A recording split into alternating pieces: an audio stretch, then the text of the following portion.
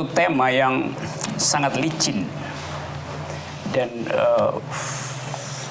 kita bisa tergelincir bila menganggap bahwa setelah kuliah 4 kali lalu seseorang bisa self-proclaim, bisa memproklamasikan dirinya sebagai now I am a male feminist. Jadi saya memulai dengan mencegah arogansi itu. Mulai dengan menganggap bahwa menjadi seorang male feminist, itu pun istilah yang sekarang kontroversial, tidak memerlukan kecerdasan akademik. Karena menjadi feminis adalah panggilan etis. Jadi dalilnya bukan kita belajar secara akademis, metodologi feminisme, lalu kita jadi feminis. Sebaliknya, karena kita dipanggil oleh peradaban untuk memperbaiki konstruksi justice, maka kita berupaya untuk menghadirkan metodologi. Jadi jangan dibalik gitu. Jadi ethical imperative dictates theoretical methodology itu. Jadi itu mesti jelas dulu dari awal. Jadi karena ada panggilan etis, karena ada semacam imperatif etis, maka teori feminis dielaborasi. Bisa dapat ya poin itu pertama. Oleh karena itu, yang kita sebut sebagai, atau pertanyaan tadi dari Abi, mungkin nggak seorang laki-laki mengoperasionalkan feminist ethics itu? Bukankah laki-laki seolah-olah ditakdirkan untuk menjadi predator perempuan itu? Kata Aristoteles, perempuan itu sebetulnya laki-laki atau anak-anak yang bertubuh besar itu. Jadi statusnya tetap anak-anak. Dan kita lihat bahwa seluruh versus di dalam filosofi, perempuan selalu bukan sekedar dilecehkan, tapi dianggap sebagai separuh orang. Dan di dalam sejarah pergerakan perempuan, sampai 50 tahun lalu beberapa negara tidak memberi hak pilih pada perempuan. Tapi itu bisa Anda pelajari di dalam sejarah. Yang saya ingin percakapkan dengan teman-teman di sini adalah problem tadi. Bisa enggak seorang laki-laki mengadopsi, karena nggak bisa melahirkan, feminist filosofi, feminist ethics, feminist discourse. Jadi dalam kata bisa itu sebetulnya ada keraguan-raguan bahkan terhadap siapapun yang ada di depan ini untuk menghasilkan pikiran feminis. Dulu saya pernah memegang mata kuliah teori feminis di jurusan filsafat. Mata kuliah itu diajarkan oleh Dr. Garis Arifia, tapi dia lagi postdoktoral, saya pegang mata kuliah itu 1 tahun, 1 semester.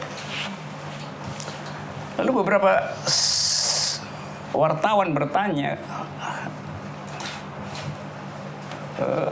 Anda ajaib, seorang pria mengajar feminis teoris itu. Tapi itu saya anggap sebagai pertanyaan publik. Yang lebih buruk lagi adalah sesama rekan akademisi seolah-olah mengolok-olok. Lu Rok sekarang ganti kelamin ya itu. Saya bilang saya nggak ganti kelamin, ereksi saya sempurna, bahkan lebih sempurna dari saudara itu. Saya ganti cara berpikir itu. Sebab di dalam feminisme, Anda tidak sekedar mengajarkan teori keadilan, tetapi mengalami dalam jarak tertentu secara konseptual jenis ketidakadilan yang tidak pernah dimengerti oleh filosofi, tidak pernah dimengerti oleh teori ekonomi, tidak pernah dimengerti oleh teori culture dan seterusnya. Karena hanya pada tubuh perempuan seluruh jenis ketidakadilan bergerombol di situ. Anda sebut ketidakadilan apapun, itu ada di tubuh perempuan. Ketidakadilan ekonomi, diskrepansi upah, ketidakadilan politik. Buat jadi seorang legislator Anda harus tahan tidur cuma 4 jam dan suami Anda akan bilang, loh lalu ranjang saya jadi kering, jadi sepi karena Anda ada di DPR. Padahal si legislator perempuan lagi berjuang untuk menghasilkan kebijakan yang pro pada keadilan itu. Anda ambil misalnya ketidakadilan seksual, itu adanya pada perempuan. Kalau Anda laki-laki, Anda orgasme, Anda bisa berteriak sepuas-puasnya itu, sehingga satu RT tahu bahwa Anda orgasme. Tapi kalau perempuan, dia mesti tutup mulut itu, supaya tetangga nggak dengar itu, atau bahkan kamar sebelahnya nggak dengar. Jadi di dalam peradaban, status perempuan itu selalu dihargai secara sangat rendah itu. Dan problemnya adalah kalau saya laki-laki, saya menikmati surplus kelaki-lakian saya di seluruh bidang itu, secara seksual, secara ekonomi, secara politik, secara hukum. Pertanyaannya, mau nggak saya melepaskan surplus itu demi sesuatu yang disebut sebagai gender equality, new kind of justice, atau supaya bisa dianggap sebagai ketrudo-trudoan itu, atau supaya comply dengan Emma Watson, he for she itu. Jadi kadang-kala menjadi feminis laki-laki itu sebetulnya ada banyak jebakan itu. Jangan-jangan sekedar pamer. Itu soal yang paling utama yang mau saya ucapkan hari ini supaya kita bisa diskusikan sebetulnya. Potensial apa yang bisa kita pakai supaya kita bisa bilang bahwa now I am a male feminist. Walaupun Anda tidak bisa ucapkan, karena mengucapkan artinya mengklaim. Mengklaim artinya minta rekognisi. Jadi kita nggak bisa selfie dengan bilang I am a male feminist. Itu paradoksnya. Jadi bagian itu yang pertama kali ingin saya kemukakan supaya dalam pembicaraan selanjutnya tidak ada dusta di antara kita, bahwa jangan-jangan Anda datang hanya sekedar untuk menikmati sensasi diskusi, menikmati retorika di dalam kuliah semacam ini. Jadi kafe tidak dibuat untuk itu. Kafe dimaksudkan untuk memproduksi keadilan, bukan mengkonsumsi teori keadilan, tapi memproduksi keadilan. Dari ruang kecil ini kita ingin agar supaya ada perluasan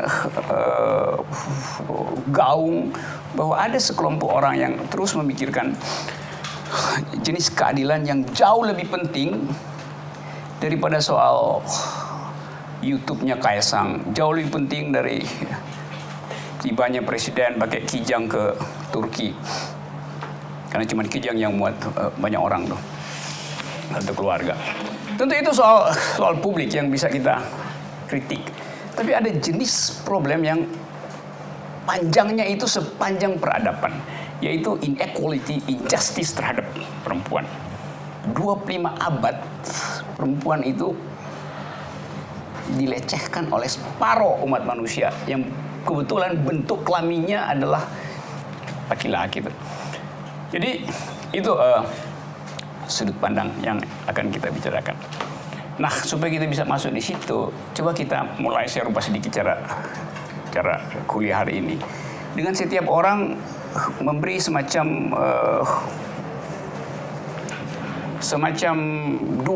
dua tiga kalimat yang kental tentang apa yang merisaukan Anda sebetulnya sehingga mau ikut di dalam kuliah yang temanya adalah feminis laki-laki. Satu tema yang orang anggap udahlah itu nggak bakal mungkin, sebab agresivitas adalah kode genetik yang ditanamkan alam pada laki-laki. Agresivitas. Tapi orang bisa bilang, nggak benar. Barusan 24 jam lalu atau 18 jam lalu di bandara Samratulangi, seorang perempuan memperlihatkan agresivitasnya dengan menempeleng petugas yang memeriksa jam tangannya dia karena berbahaya dalam penerbangan melewati X-ray channel itu. Jangan-jangan agresivitas itu ada pada semua kesempatan.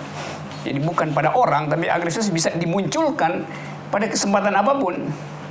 Nah itu pengantar saya supaya kita bisa menikmati bersama motif kita untuk being a male feminist atau menjadi seorang pria yang ini bukan pria menjadi feminin, tapi mengadopsi politik feminis dalam upaya untuk menghasilkan generasi baru, menghasilkan alam pikiran baru, memberi tempat pada sudut pandang feminis di dalam menganalisis masyarakat Indonesia, berupaya untuk mengadopsi perspektif feminis di dalam budgeting APBN, memberi sentuhan feminis pada retorika politik. Kan kita lihat sosial media kita itu sangat maskulin itu. Sangat maskulin, itu Twitter, Facebook segala macam itu seolah-olah jadi kerajaan patriarki itu. Dan dalam rangka itu sebetulnya kita ngobrol di sini. Kita apa aja ini semacam obrolan dari mereka yang sangat concern dengan defisit di dalam diskursus publik hari-hari ini. Kan nggak ada pembicaraan semacam ini di dalam media massa, talk show apa segala macam. Oke, saya sampai di situ dulu pengantar supaya kita bisa diskusi. Saya ingin dapat tadi 2 kalimat pendek tentang niat atau bukan motivasi. Motivasi itu kata yang udah sangat buruk di sini kan, jadi motivator. Jadi impose sesuatu supaya orang jadi berubah, itu seolah-olah dengan satu kalimat di depan televisi maka 100.000 orang bisa dirubah oleh seorang motivator itu. Jadi saya pakai istilah niat aja tuh. Niat itu lebih otentik tuh. Niat hadir di dalam kelas ini. Silakan boleh di sebelah kiri saya bisa dapat dengerin. Jadi semua kita bisa saling mendengar. Maksud saya begini, etika feminis yang disebut ethics of care itu bukan etika yang sudah selesai, tetapi semacam pegangan awal supaya kita bisa mengembangkan a new kind of ethics untuk produce justice itu. Jadi etika feminis yang kita sebut ethics of care adalah ongoing ethics in the making itu. Oke ya. Supaya dia jadi lengkap nanti setiap orang di sini menyumbang kira-kira perspektifnya apa ya, atau tadi saya pakai niat saya apa, kerisauan saya dengan arogansi sebagai seorang laki-laki apa sebetulnya. Jadi kita harus bunuh diri kelas dulu baru kita bisa sedikit mencicipi atau sedikit mencium wangi dari the ethics of care itu. Walaupun mungkin juga banyak menipunya karena orang tadi hanya ingin dapat label bahwa dia sekarang feminis loh, ngerti segala macam supaya bisa tune in dengan global ideas itu. Do you speak feminism? Yes, I do speak feminism. Lalu besoknya dia gamparin pacarnya. Kan banyak kontroversi di sini. Oke, siapa yang mau mulai? Ya, boleh dapat dari kiri ya. Ini bagi saya adalah pria baru atau lelaki baru. Ada istilah baru kayak. Pria baru itu aja menurut saya. Cukup. Thank you. Nanti lebih jelas Mas Rocky. Pria baru atau baru-baru jadi pria tuh. Pria baru. Oke, ada. Saya pindah Mas ini semacam klasifikasi bahwa feminis laki-laki itu ya. Jadi tadi benar semacam nyari jebakan atau semacam jebakan paradoks yang saya sebenarnya yang saya lihat, apakah ini sebenarnya yang saya ingin cari tahu, apakah ini sebenarnya sebuah strategi atau pendekatan bahwa feminis dalam kulturnya kita ini ya emang dipengaruhi oleh dominasi patriarki itu. Jadi saya ingin tahu lebih lanjut apakah ini semacam sebuah strategi atau pendekatan, karena yang saya alami juga dalam praktek-prakteknya juga seolah-olah ya hanya kesejajaran antara pria dan wanita aja gitu. Jadi mungkin ini sebentuk cara pandangnya ya, mengubah untuk cara pandang. Oke, ya, oke, saya ngerti itu. Oke, ada lagi?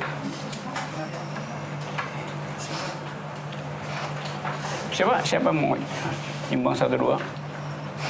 Oke, kalau nggak saya terus ya. Oke, saya dapat poinnya. Dua teman, yang satu berupaya untuk aproksimasi, artinya kira-kira sensornya kemana nih arahnya? Apakah ingin menjadikan tadi istilahnya laki-laki baru itu? Kalau itu yang lama ngapain aja itu? Atau apakah yang lama itu usang sehingga ya udahlah barang yang udah obsolete itu yang lama menyimpan status quo yang terlalu lama. Oke, jadi dia lebih tajam dia bahwa yang lama itu sebetulnya terjebak di dalam status quo itu. Maka diperlukan kanal untuk menghasilkan yang baru. Sehingga misalnya kemarin Mars,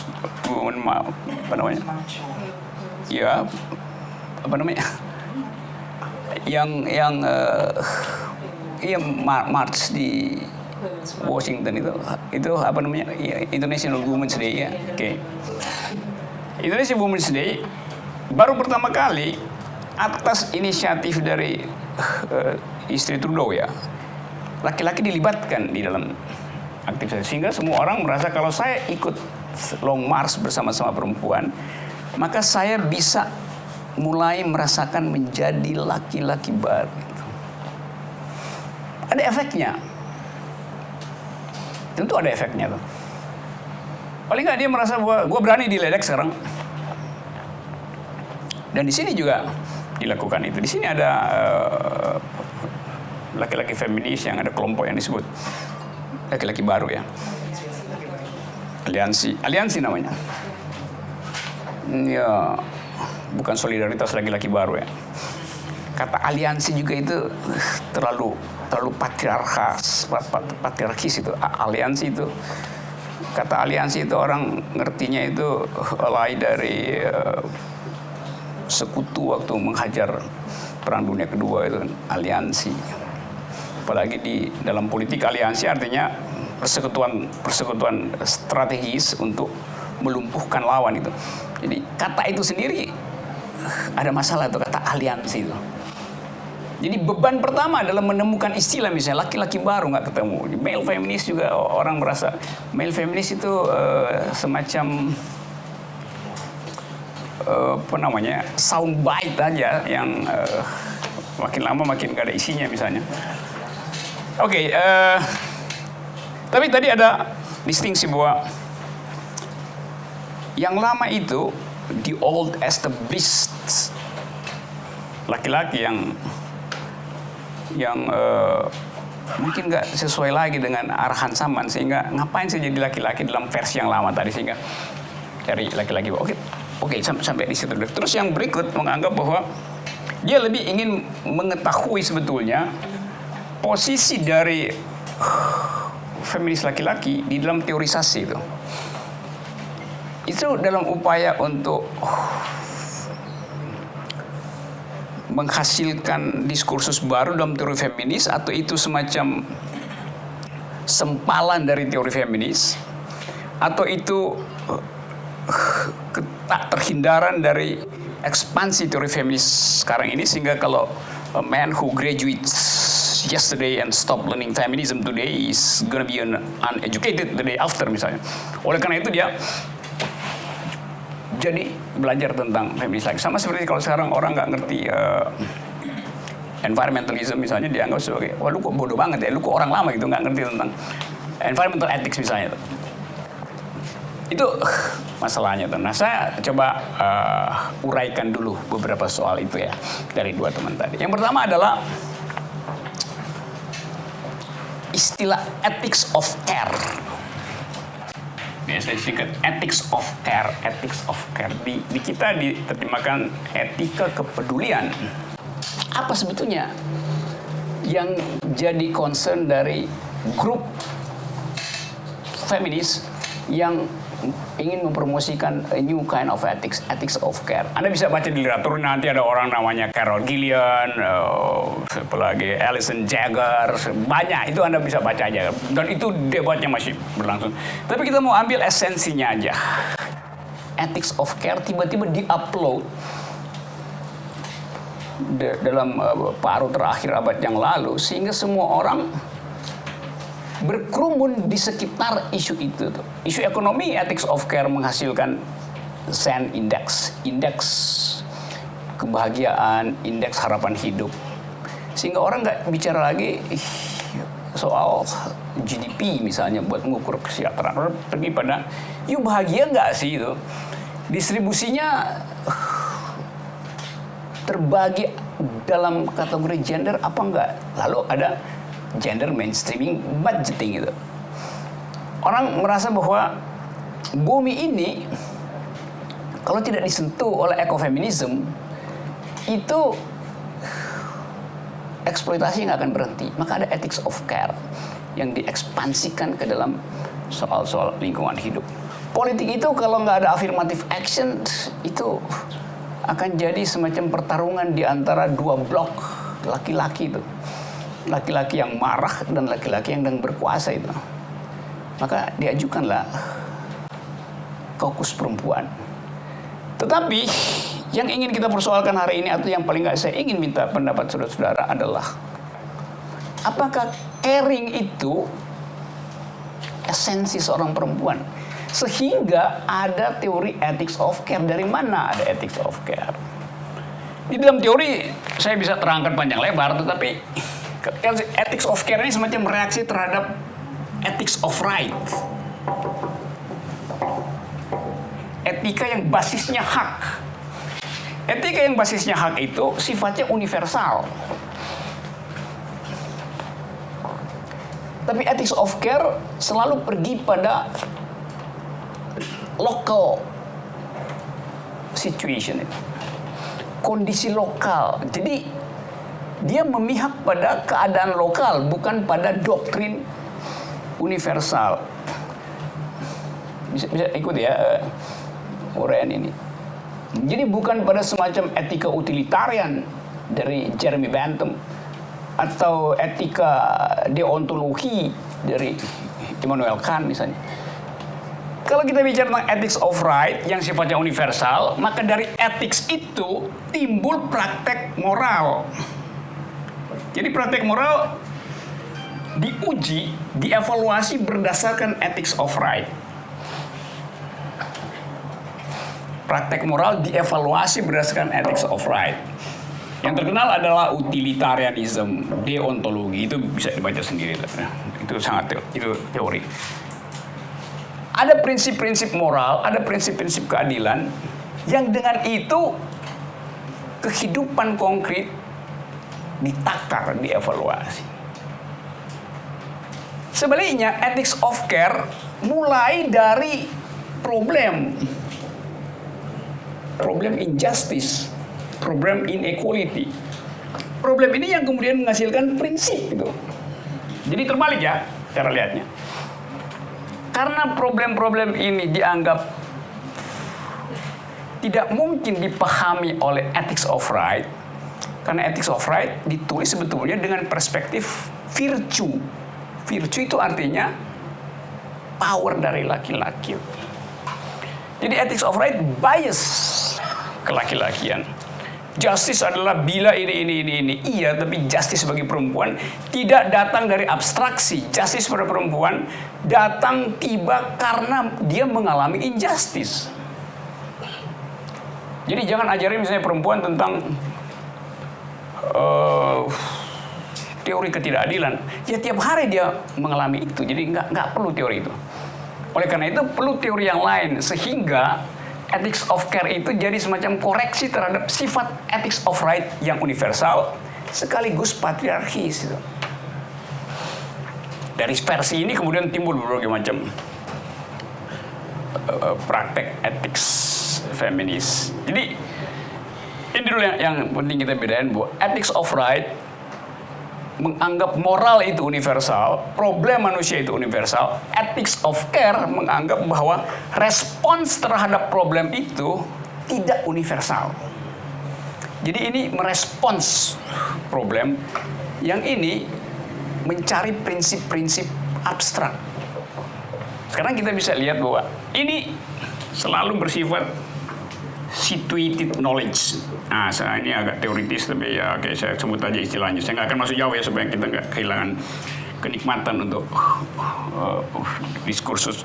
Situated knowledge. Jadi, pengetahuan perempuan itu berlokasi pada pengalamannya. Pengetahuan laki-laki berasal dari daya abstraksi. Pengetahuan selalu ingin dicarikan formula. Dalam ethics of right, dalam versi laki-laki lama tadi, pengetahuan selalu ingin mencari formula universal. Rasionalitas harus universal.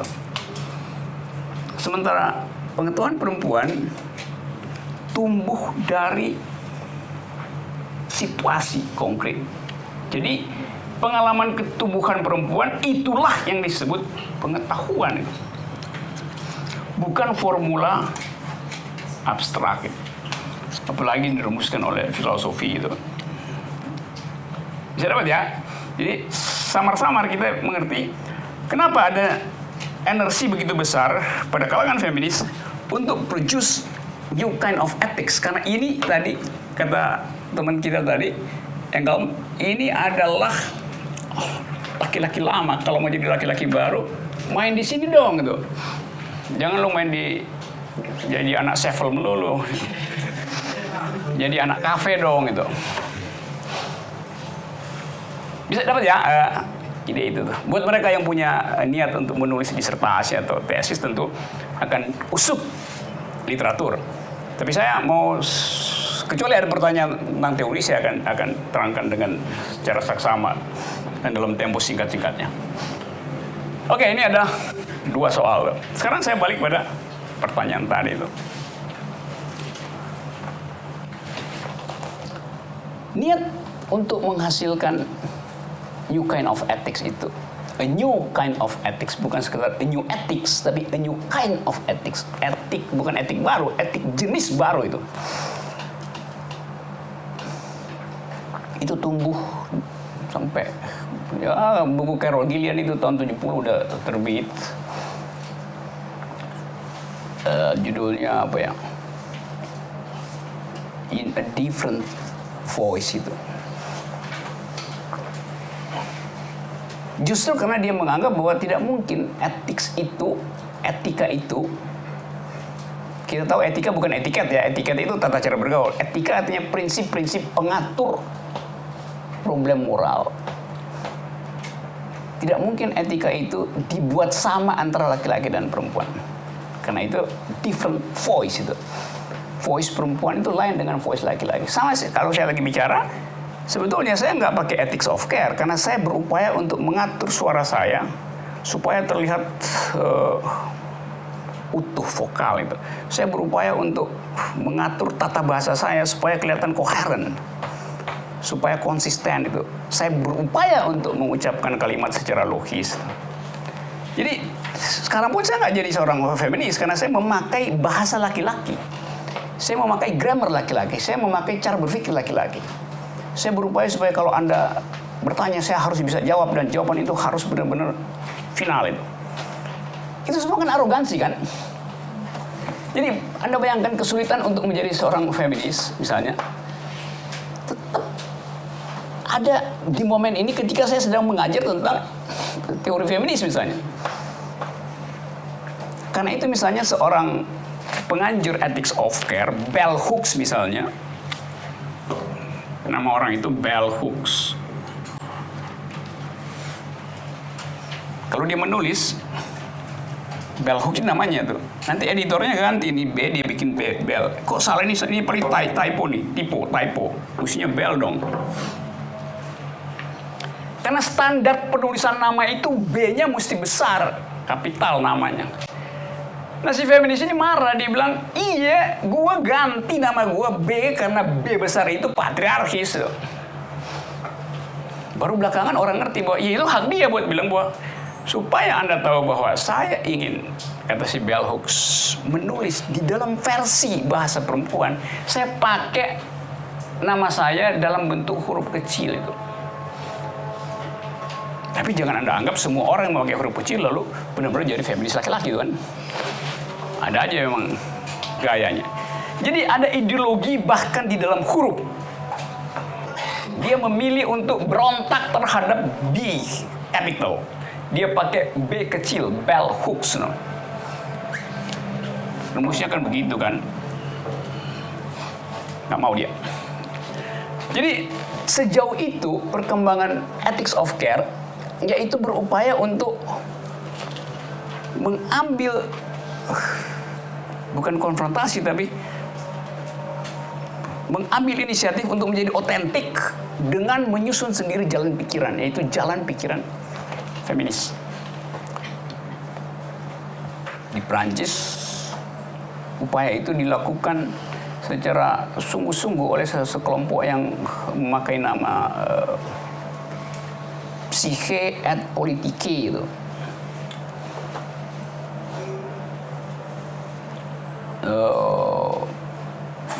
Biasanya disebut sebagai feminis Prancis yang bergerombol di situ, dan mereka berupaya untuk membuat bahasa baru sehingga mereka menganggap kalau saya punya dua bahasa maka saya mengetahui cara berpikir laki-laki dan saya punya cara berpikir sendiri di dalam lingkungan feminis.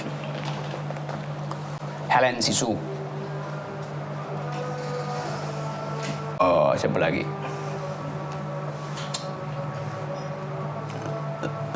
Luz Irigaray, satu lagi Julia Kristeva.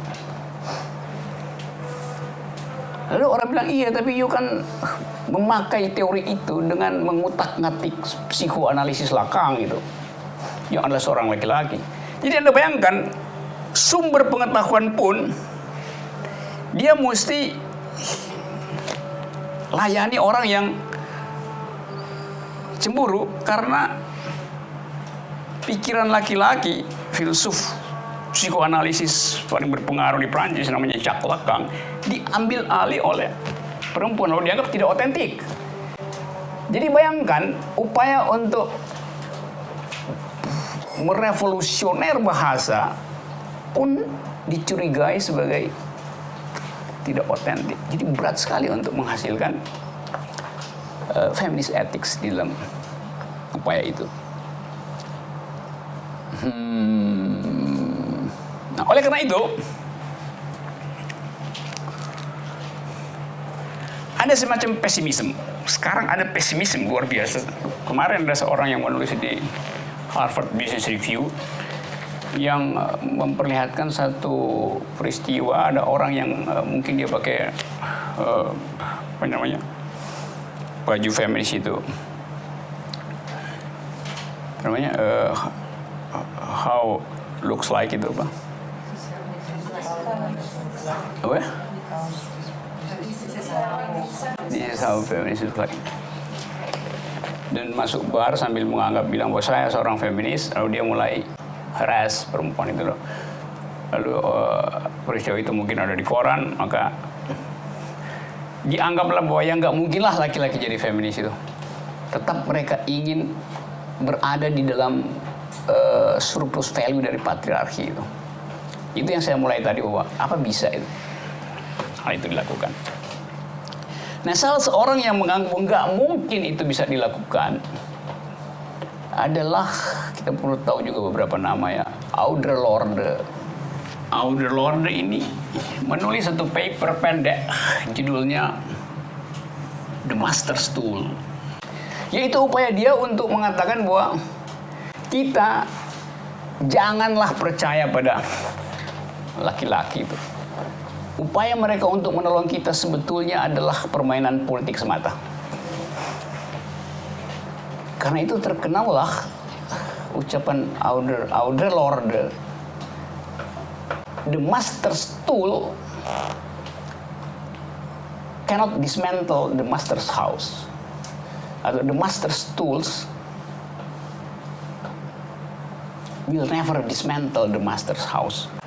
peralatan raja nggak mungkin dipakai untuk membongkar istana raja itu. Perlu ada peralatan dari luar tuh. Semacam pesimisme bahwa nggak bisa deh laki-laki ikut-ikutan dalam feminist ethics. Aurora ini seorang ya, aktivis perempuan. Dia punya anak 5, tapi dia sekaligus lesbi. Dia berkulit hitam dan dia Muslim, tinggal hidup di Amerika. Anda lihat berapa minoritas yang ada dalam dirinya. Sebagai kulit hitam, dia hidup di dalam white supremacy culture Amerika. Sebagai Muslim, dia hidup di dalam masyarakat Kristen Amerika. Sebagai perempuan, dia hidup di tengah-tengah masyarakat patriarkis. Sebagai lesbi, dia hidup di tengah-tengah politik hetero itu. Dan sebagai janda, dia harus hadapi problem ekonomi. 5 macam ketidakadilan ada di dalam satu perempuan. 5 macam minoritas ada di dalam diri satu perempuan. Terus kita mau ngajarin dia tentang John Rawls misalnya, John Locke gitu.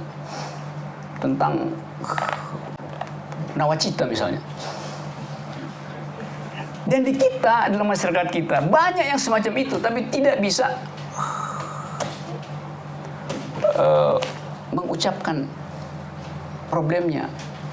Karena ada culture yang menghambat itu, bahwa perempuan harus menerima nasibnya, jangan mengeluh itu. Jadi kita, kalangan laki-laki, sebetulnya menikmati itu diam-diam. Balik lagi pada poin tadi. Dapatkah kita menjadi seorang male feminist? Pertama-tama adalah memahami apa itu tadi ethics of care. Secara biologis nggak mungkin laki-laki mempraktekkan ethics of care. Sebab dia nggak punya pengalaman pertama untuk caring, yaitu mothering.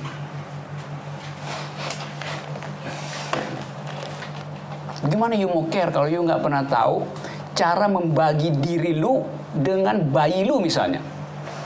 Perempuan punya kemampuan divisibility, membagi tubuhnya, membagi nutrisinya dengan si bayi. Dia bagi 2 tubuhnya tuh. Laki-laki oleh alam tidak diberi fasilitas itu. Jadi secara ontologis laki-laki nggak mungkin tahu apa itu caring. Dia tahu dorong-dorong kereta bayi itu.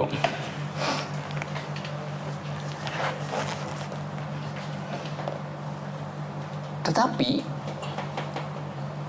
tadi saya katakan, niat kita apa itu? Kalau caring itu kita anggap sebagai hanya khas perempuan, maka berhenti seluruh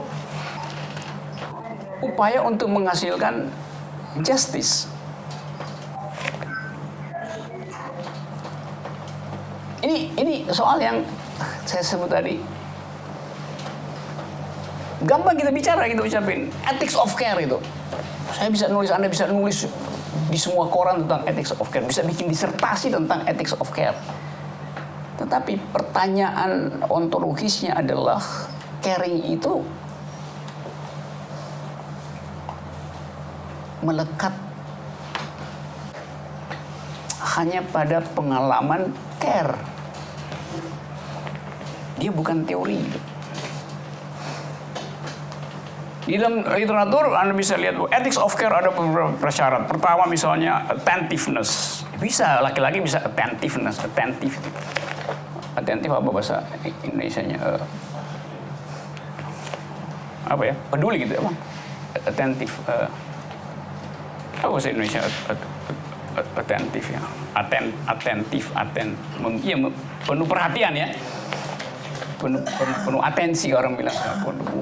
Bisa aja punya atensi.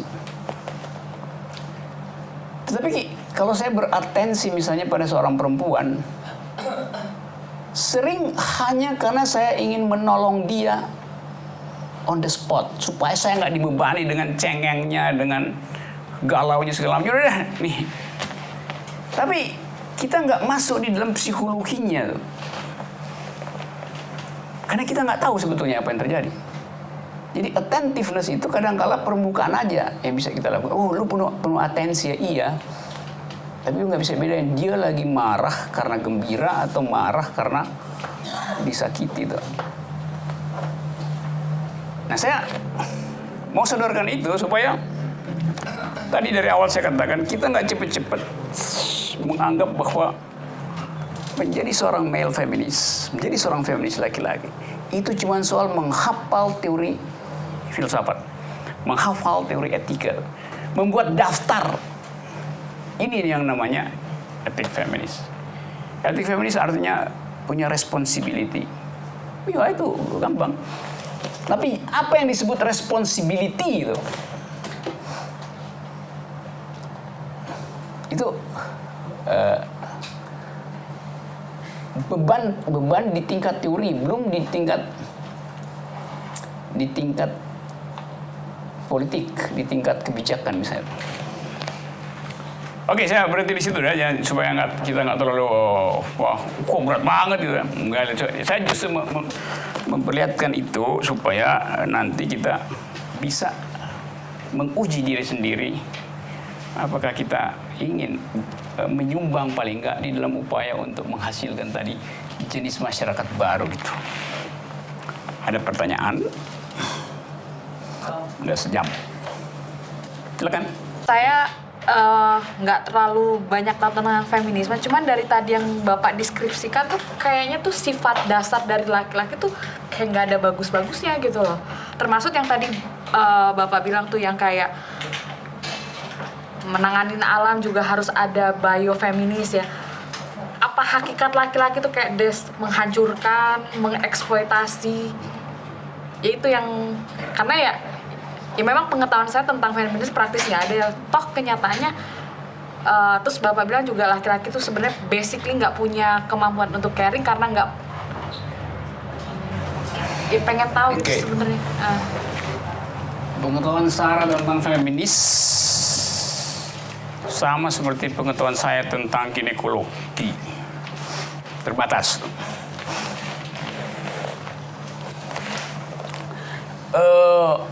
Kalau seorang perempuan hamil, logika saya mengatakan bayi itu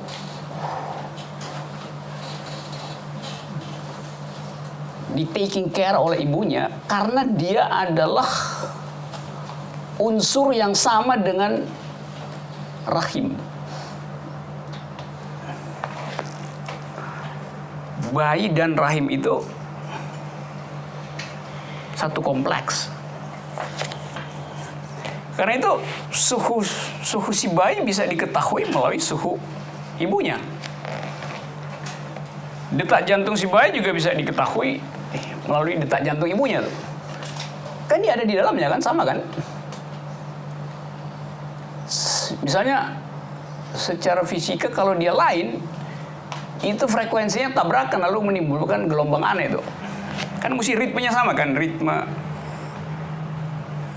biologi si ibu dan ritme biologi si bayi di dalam kandungan harusnya sama. Ritme psikisnya harusnya sama tuh. Kalau di istilah kedokteran palpasi ya. Diraba kan, bukan gue ngerti dikit kan palpasi. Dipalpasi itu. Tapi sekarang palpasi itu diganti oleh USG. Yang tadi natural, saya mau ketahui kondisi janin, saya palpasi janin itu. Sebetulnya ibunya bisa palpasi sendiri. Tapi dokter bilang, saya punya keahlian, saya palpasi, oke. Lalu teknologi meningkat. Ada USG itu, ultrasonografinya. Pada waktu USG masuk ke dalam rahim, maka terjadilah diferensiasi. Iya, waktu USG masuk ke dalam rahim, kan dia mesti masuk dalam rahim kan? Bisa dari atas, bisa dari Iya, itu kelihatannya di situ. Tetapi kan sensornya mesti tiba di rahim. That's what I mean. Jadi waktu USG atau lebih gampangnya, waktu ultrasoundnya masuk ke rahim, lebih teknisnya begitu kan. Sehingga kita nggak bayangin USG-nya masuk ke dalam rahim kan.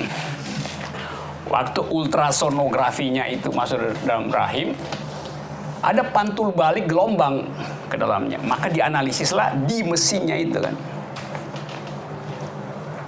Dengan kata lain, ada intervensi dari teknologi ke dalam rahim itu. Dan intervensi itu didasarkan pada pengetahuan laki-laki tuh. Dulu ginekolog itu di UI itu harus laki-laki. Nggak ada dokter ginekolog perempuan karena dianggap yang mampu untuk narik bayi dari dalam rahim ibunya cuman tangan laki-laki tuh. Perempuan nggak mungkin narik bayi itu karena itu dokter ginekolog kandungan itu harus laki-laki. Jadi ada perspektif laki-laki yang menganggap bahwa ya lu ngedon terus-menerus saja kalau gue nggak tarik nggak keluar tuh. USG juga adalah arogansi laki-laki. Ada industri yang ingin agar supaya teknologinya tiba di rahim perempuan karena kepentingan kapital. Jadi dari awal kapital sudah ada di rahim perempuan melalui apa yang disebut USG. Sekarang kita lihat misalnya ibu yang terbaring di rumah sakit waktu mau melahirkan, dia tidak lagi memiliki rahimnya. Rahimnya dimiliki oleh 3 orang laki-laki. 1 dokter USG, 1 dokter ginekolog, 1 dokter anak. Jadi 3 jenis pengetahuan beroperasi di dalam rahim perempuan. Secara filosofis, kalau kita bikin analisis radikal, artinya ada band boys yang menentukan nada dasar rahim laki-laki. Nada dasar rahim perempuan.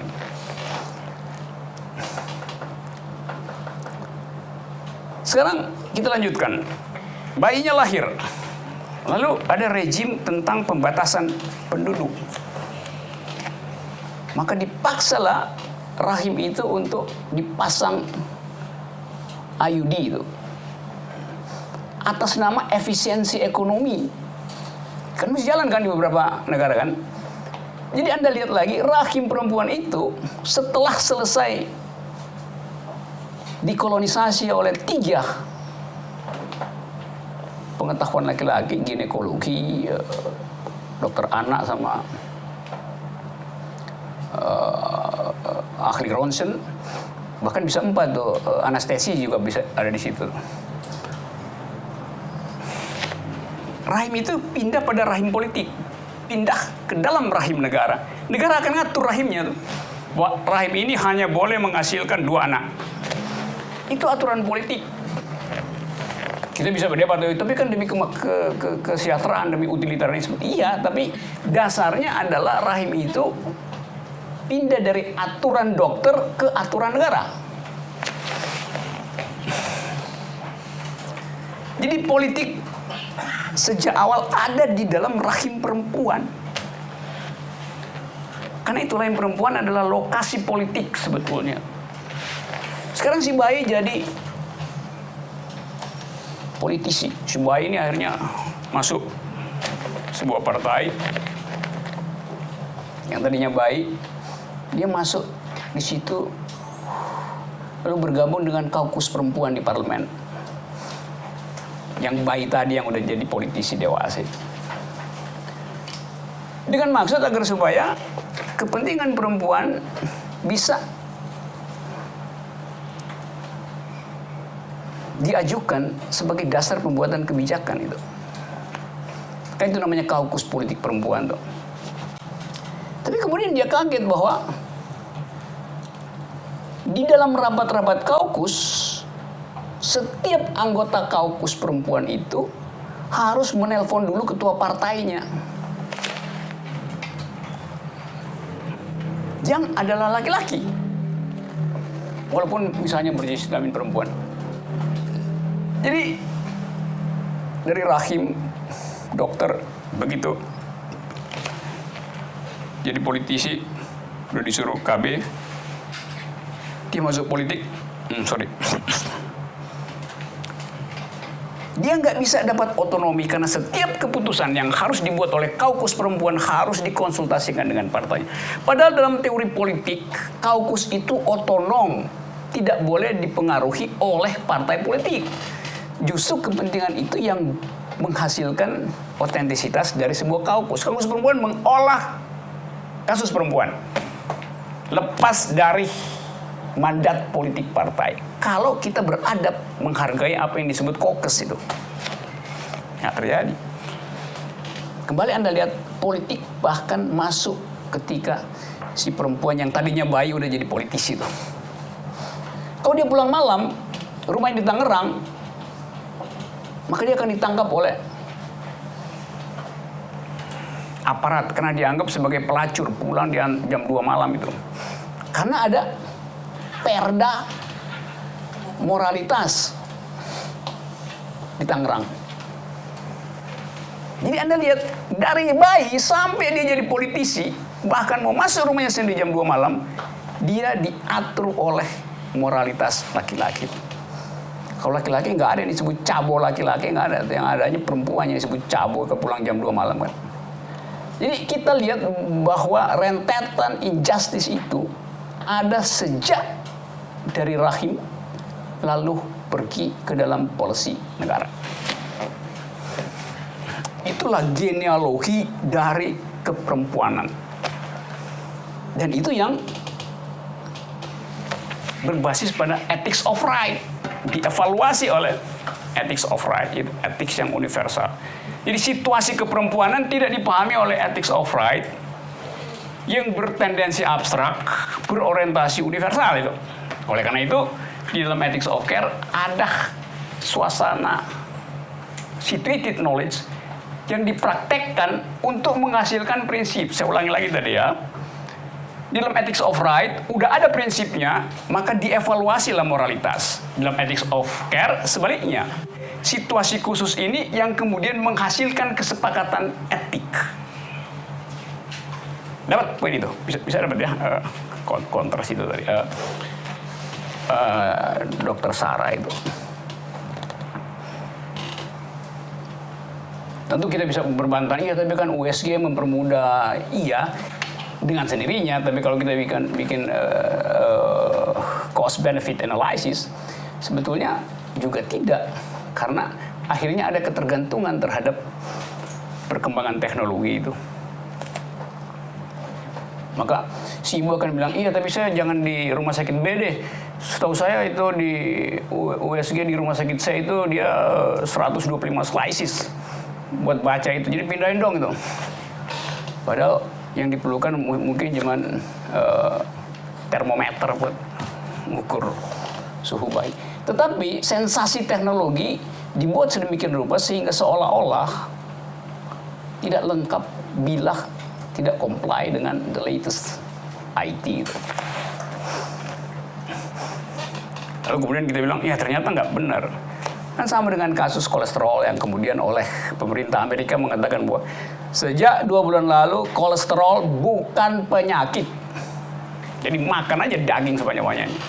Yang bikin kolesterol itu penyakit bila kolesterol itu diikat oleh glukosa, oleh gula. Maka dia jadi apa namanya? Jadi membeku, menghambat, karena semua gula pasti membuat semua kimia yang diikat oleh gula itu langsung jadi kristal itu. Jadi Anda lihat ya, problem itu. Dulu kolesterol 150 nggak ada soal, terus konferensi masyarakat kesehatan dunia nentuin bahwa enggak, kolesterol harus di bawah 150, harus di bawah 150. Dulu 400 nggak ada soal. Terus jadi kita lihat bahwa kesehatan kita pun ditentukan oleh seminar kecil di sebuah universitas misalnya. Kan dia bisa tentuin sendiri kan. sehat adanya segini. Jadi silahkan makan daging sebanyak-banyaknya, tapi kurangi gula itu. Udah dicabut kan oleh Amerika ini nggak ada. Jadi obat kolesterol ya kalau lu nggak makan gula lu nggak apa-apa. Karena mau kolesterol 400, 700 nggak ada soal. Yang penting gulanya rendah gitu. Ada orang dengan kolesterol 400 biasa aja hidupnya. Apalagi kalau naik gunung. Gitu. Jadi kita lihat sebetulnya deceiving pemalsuan dari industri. Industri itu dikendalikan oleh sistem patriarki. Dari awal industri adalah patriarkis itu. Ya kita bisa sebut beberapa yang pengecualian, misalnya body shop misalnya karena ada. Ya, tapi tetap segala macam, Pak. Oke, ada soal lain. Dapat ya poin tadi ya. Silakan. Jadi jika case-nya seorang laki-laki straight yang mengadopsi newborn baby. Nah, di sini saya ingin nanya, apakah si laki-laki ini sudah dapat dikatakan dia dekat atau at least sudah mengexerciskan ethics of care tadi? Maksud saya di sini dia sudah menjalankan fungsi motherhood yang seharusnya seorang perempuan jalankan kan? Atau case lainnya adalah sepasang gay yang memang mereka mengadopsi anak. Karena tadi saya juga sempat bingung apakah memang hanya perempuan yang akan bisa menjalankan ethics of care ini. Bagaimana dengan laki-laki yang memang secara tulus ingin menjalankan hal itu? Iya itu tadi saya katakan kalau kita lihat dari segi ini ethics of right, yaitu rights-nya dia. Di sini belum ada, tapi di beberapa negara terakhir di mana yang di ini Vietnam apa yang Jerman kayak itu, Taiwan ya, iya Taiwan. Itu ethics of right.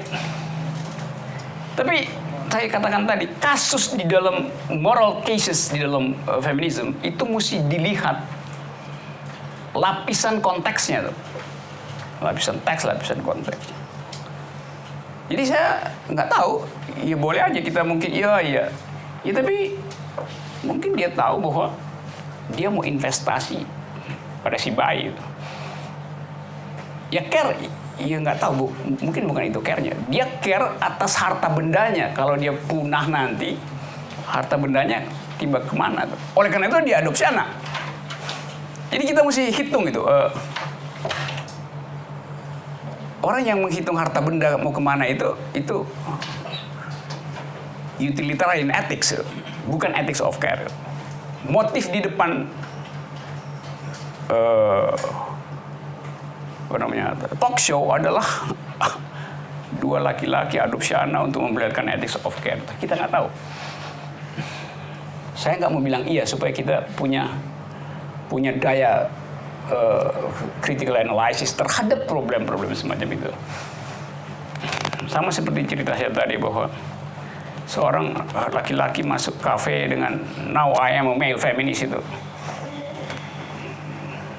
Lalu harass seorang perempuan yang duduk di pojok gitu kan. Ya jadi saya nggak tahu, kecuali Anda ketemu dia terus Anda probing, Anda kupas motifnya dan Anda coba kontroversikan itu bahwa apa sebetulnya di belakang. Karena itu saya katakan tadi, ethics of care yang otentik itu tidak mungkin dipakai oleh laki-laki. Karena di dalam ethics of care yang dipraktekkan laki-laki, di dalamnya ada persembunyian politik, strategi, taktik, reasoning, segala macam. Jadi dia bukan otentik sebetulnya karena ada kalkulasi. Tapi buat give the benefit of the doubt terhadap dua orang itu, oke, kita anggap oke, dia comply itu. Dan sama seperti orang yang tiba-tiba bilang saya seorang homo, saya seorang lesbian. Iya, ya oke, itu coming out oke. Tapi di dalam deklarasi itu apa sebetulnya motifnya? apa sebetulnya pesan politik dari deklarasi kalau saya bilang, now I am a male feminist. Deklarasi itu sendiri patriarkis.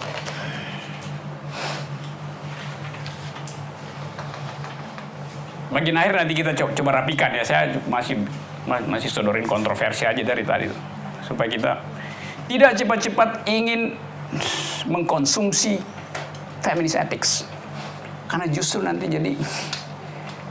jadi palsu itu, jadi show off aja. Baik laki-laki maupun perempuan. Nah, yang saya maksud tadi, saya awali tadi yang terlambat. Kafe itu bukan untuk menghasilkan seorang analis, tapi seorang etikus.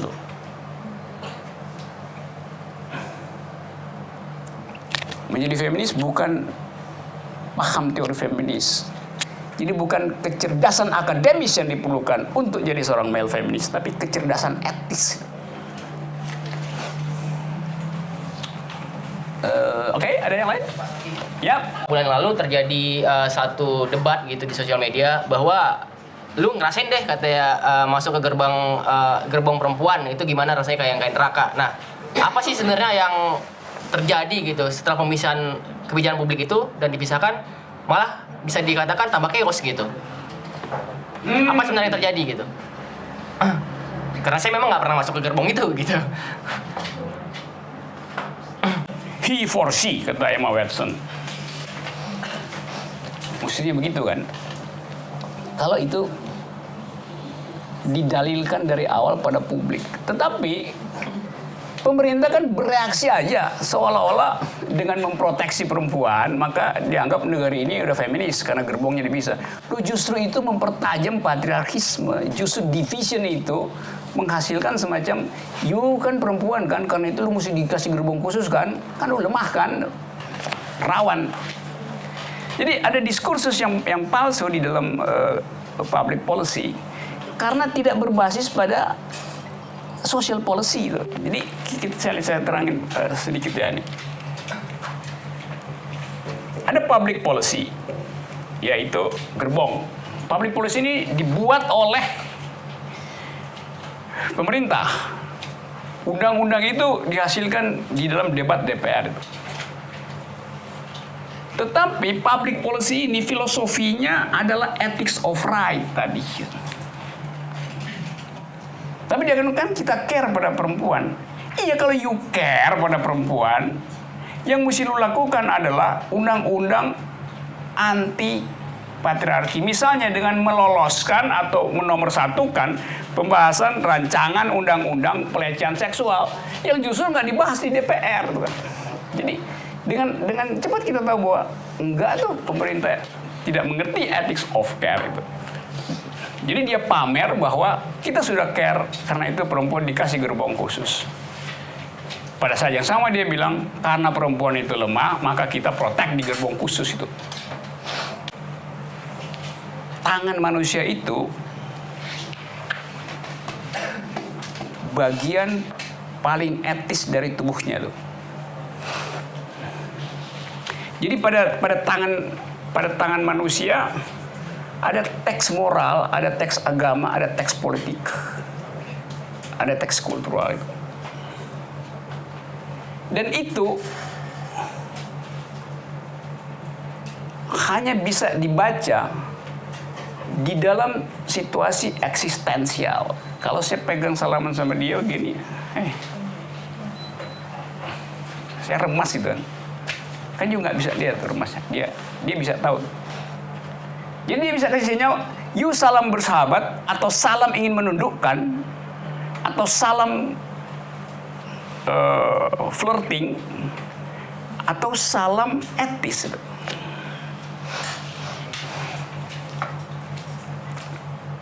Karena itu disebut salaman.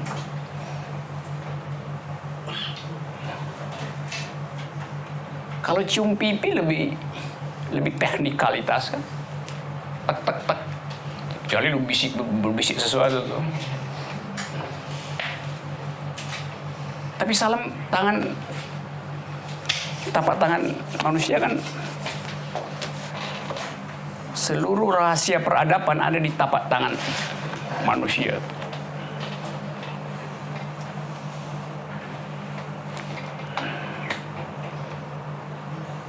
Lain kali saya kasih kuliah Paul Mistry di sini. Gitu ya. Jadi ya oke, dia si karena kok salaman iya, tapi si perempuan merasa salaman Anda itu hangat patriarkis itu. Itu misalnya. Tapi kalau salam hangat iya, tapi hangat patriarkis itu. Hangat nipu maksudnya. Kalau modus masih dianggap ada lucu-lucuan nih. Jadi hati-hati ya, ada salaman patriarkis, ada salaman akademis, ada salaman politis. Kalau salaman politis, itu urusan sama KPK itu. Salam tempel namanya. Ada yang lain. Ya. Tadi kan kalau dijabarkan itu agak susah ya, maksudnya lelaki yang zaman dulu terus kemudian lelaki yang baru gitu. Nah kemudian mungkin nggak sih si lelaki baru ini di recycle jadi lelaki yang lama itu jadi recycle jadi lelaki baru tuh, dan gimana cara mendekonstruksi pikiran-pikiran patriarki yang ada dalam dirinya? Itu menantang. Itu sebetulnya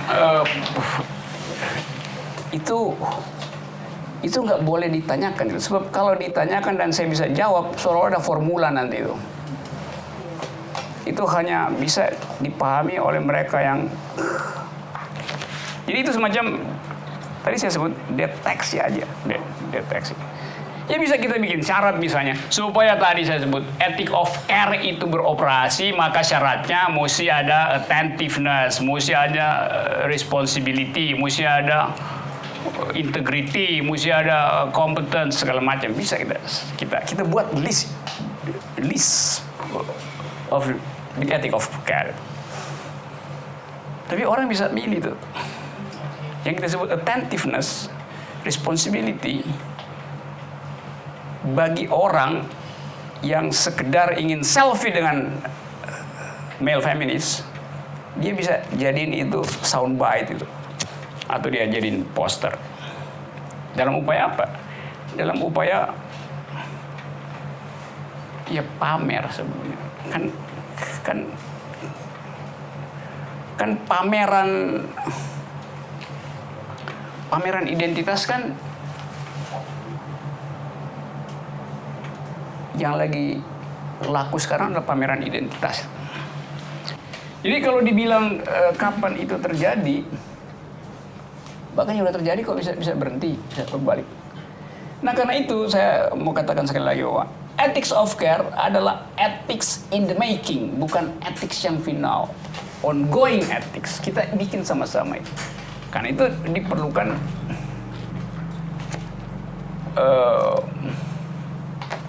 katalisator, ada semacam untuk membantu supaya chemistry-nya itu well mixed gitu. Nah katalisator itu misalnya ya kayak di sini nih, kafe itu adalah katalisator. Supaya sama-sama kita tahu bahwa kita lagi bergerak di dalam satu tahapan sejarah di mana ethics of care itu kendati masih diproblematikan, tetap berstatus produktif dibanding ethics yang lain. Jadi ethics of care itu lebih mudah untuk memproduksi keadilan daripada ethics of right. Tapi saya katakan tadi ethics of care di dalamnya juga ada persoalan, macam-macam persoalan di dalamnya. Tapi hanya itu the only game in town now itu. Kan nggak ada lain kan yang kita ada ethics. Ya, ethics of right itu adalah reputasi politik negara. Ada morality yang basisnya adalah teokrasi, itu nggak kompatibel. Coba kita lihat lebih bird's eye view gitu ya dari atas itu. Kondisi-kondisi di dalam masyarakat kita.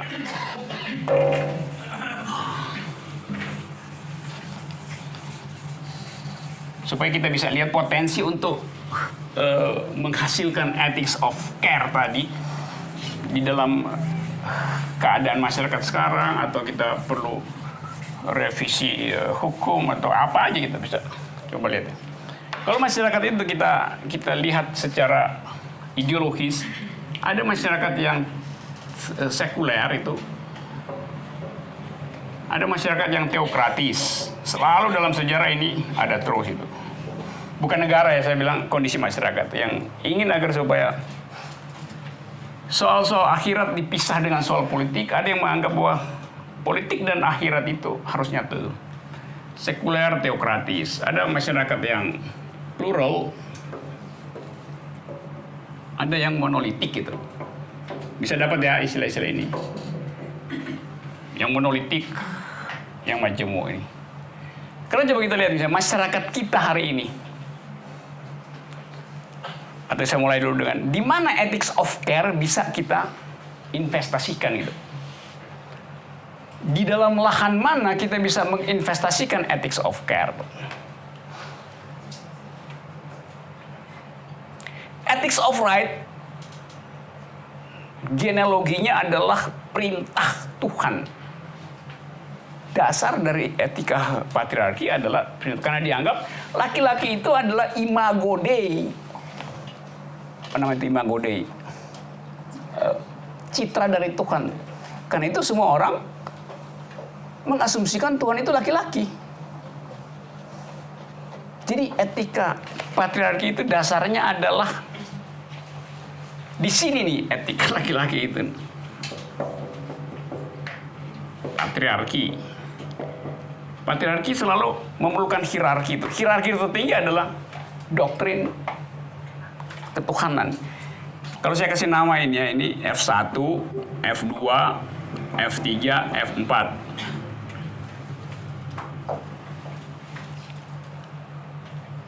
Dia ada di F5, F4 nih. Etika patriarki itu. Dasar paling fundamental adalah teokrasi itu.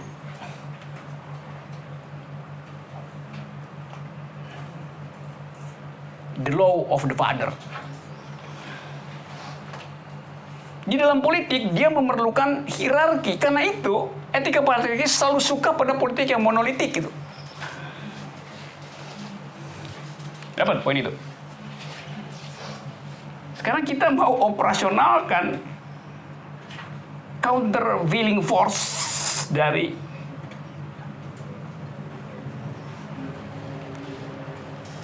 gerombolan ini. Dari kartel laki-laki ini, kartel politik laki-laki.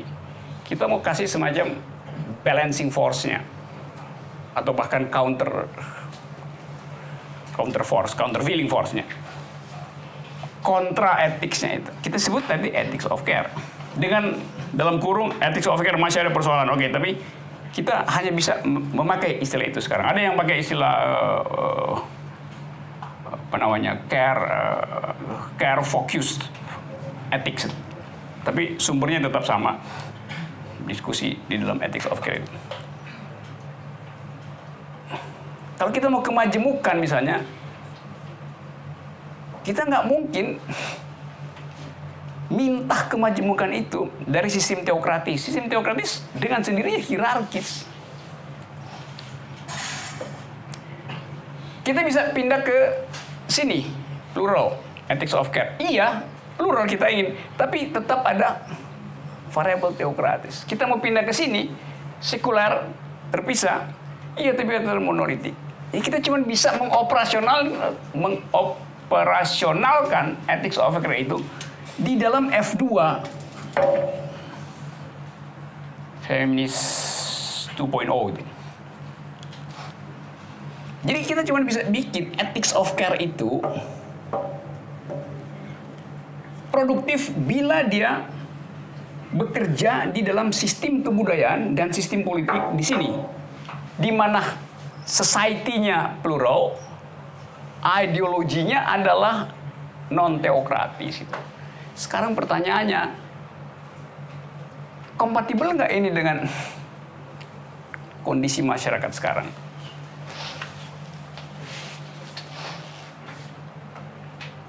Kita bisa bikin 3 dimensi Cartesian card ini, tapi buat gempanya kan begitu kan.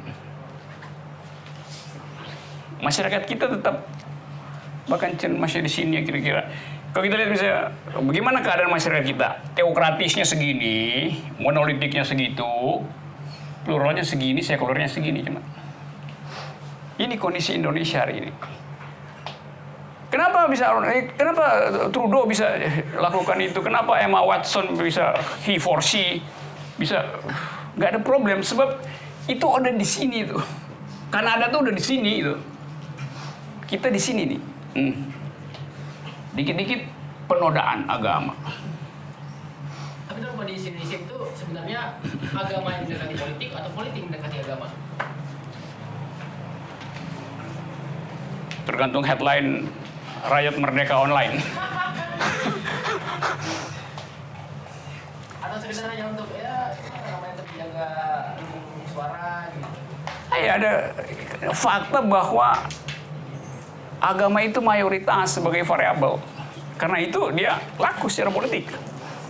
Tapi dia dijadikan mayoritas dalam rangka untuk elektoral politik saja kan.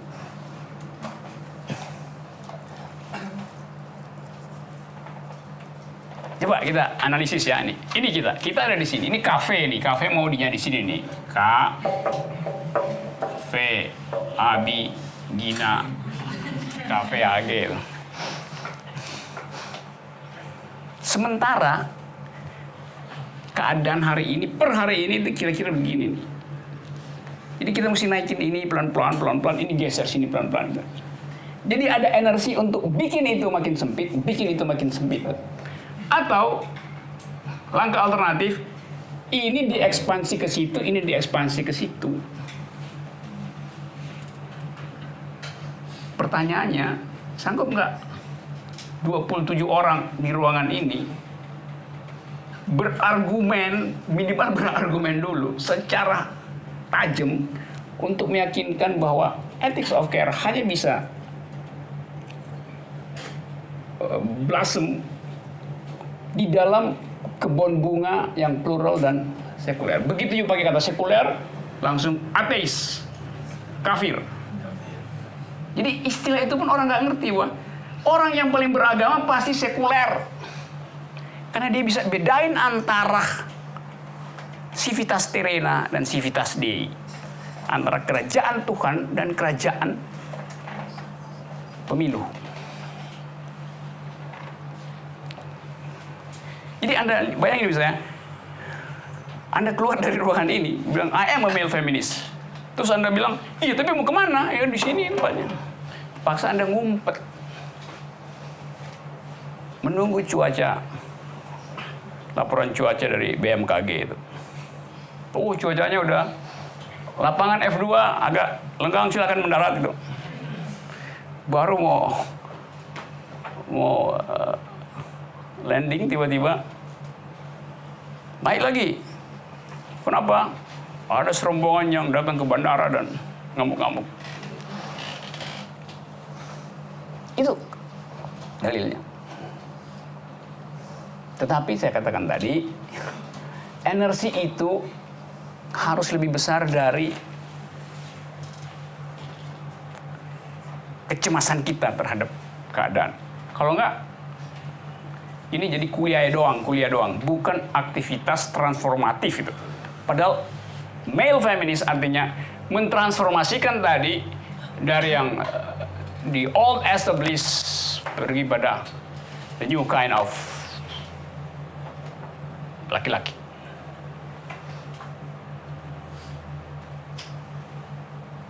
Ada pertanyaan? Ini berat ya, tapi oke, saya lebih baik jangan ada dusta di antara kita. Mending saya kasih tahu masalahnya supaya kita tahu situasi medannya begitu kira-kira. Lagi manjat tiba-tiba, avalanche, gulung saya, mesti bangun lagi.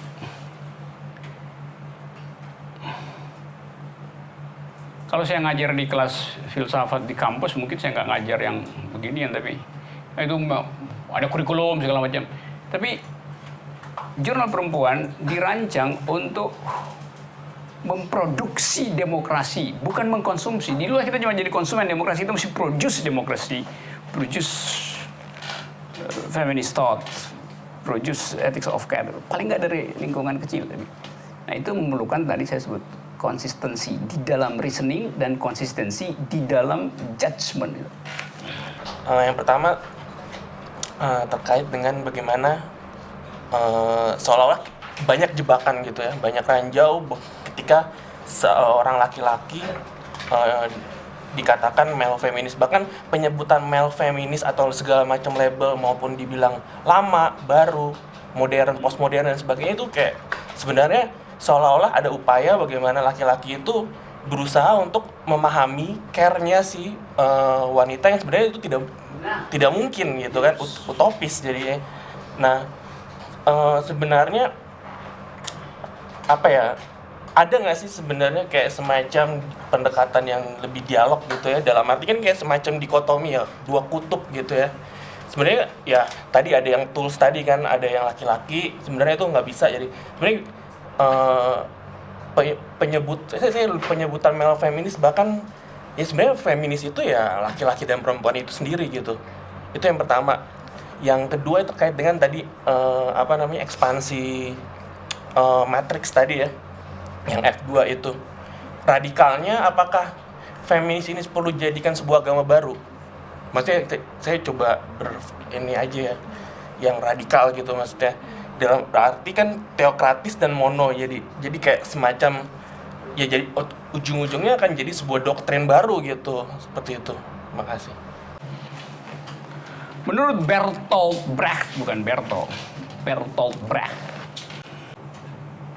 itu penulis naskah teater Jerman. Perubahan itu bisa dimulai dengan menonton yang absurd. Karena itu teaternya Bertolt Brecht disebut Theater of the Absurd itu. Tapi si Brecht ini Marxis. Kita bisa produksi juga semacam teater absurd di dalam upaya untuk meloloskan ethics of care ke dalam masyarakat yang masih patriarkal, junto monolitik, junto teokratis.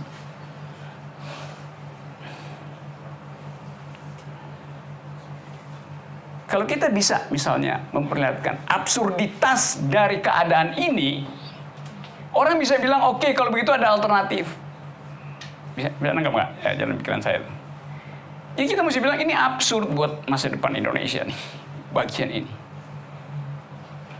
Termasuk tadi soal kebinekaan. Kan yang disebut kebinekaan artinya, bineka artinya jangan lagi pergi pada obsesi negara Islam itu. Nggak bisa you larang orang punya obsesi negara Islam. Sama seperti nggak bisa Anda larang orang punya obsesi jadi ateis itu. Kan itu ada di dalam episteme manusia itu. Bahkan itu hak asasi. Jadi dia punya aspirasi itu ya oke, nggak ada soal. Kan problemnya adalah kegagalan negara untuk menghasilkan pluralisme yang otentik. Itu yang nggak terjadi. Diam-diam juga ada orang yang berobsesi untuk punya negara Kristen itu. Ya cuma dia minoritas saja. Sehingga tidak upload. Diam-diam ada yang berobsesi untuk negara ini supaya tidak punya agama itu. Apa yang salah di dalam obsesi itu? Bahkan negeri ini dari awal merdeka sudah dihuni oleh obsesi-obsesi ideologis itu. Syariat Islam itu adalah bagian dari perdebatan di dalam Pancasila. Sebagian dari founding person yang adalah laki-laki menginginkan Indonesia itu sistem kerajaan. Ada yang menginginkan Indonesia sistem kesultanan.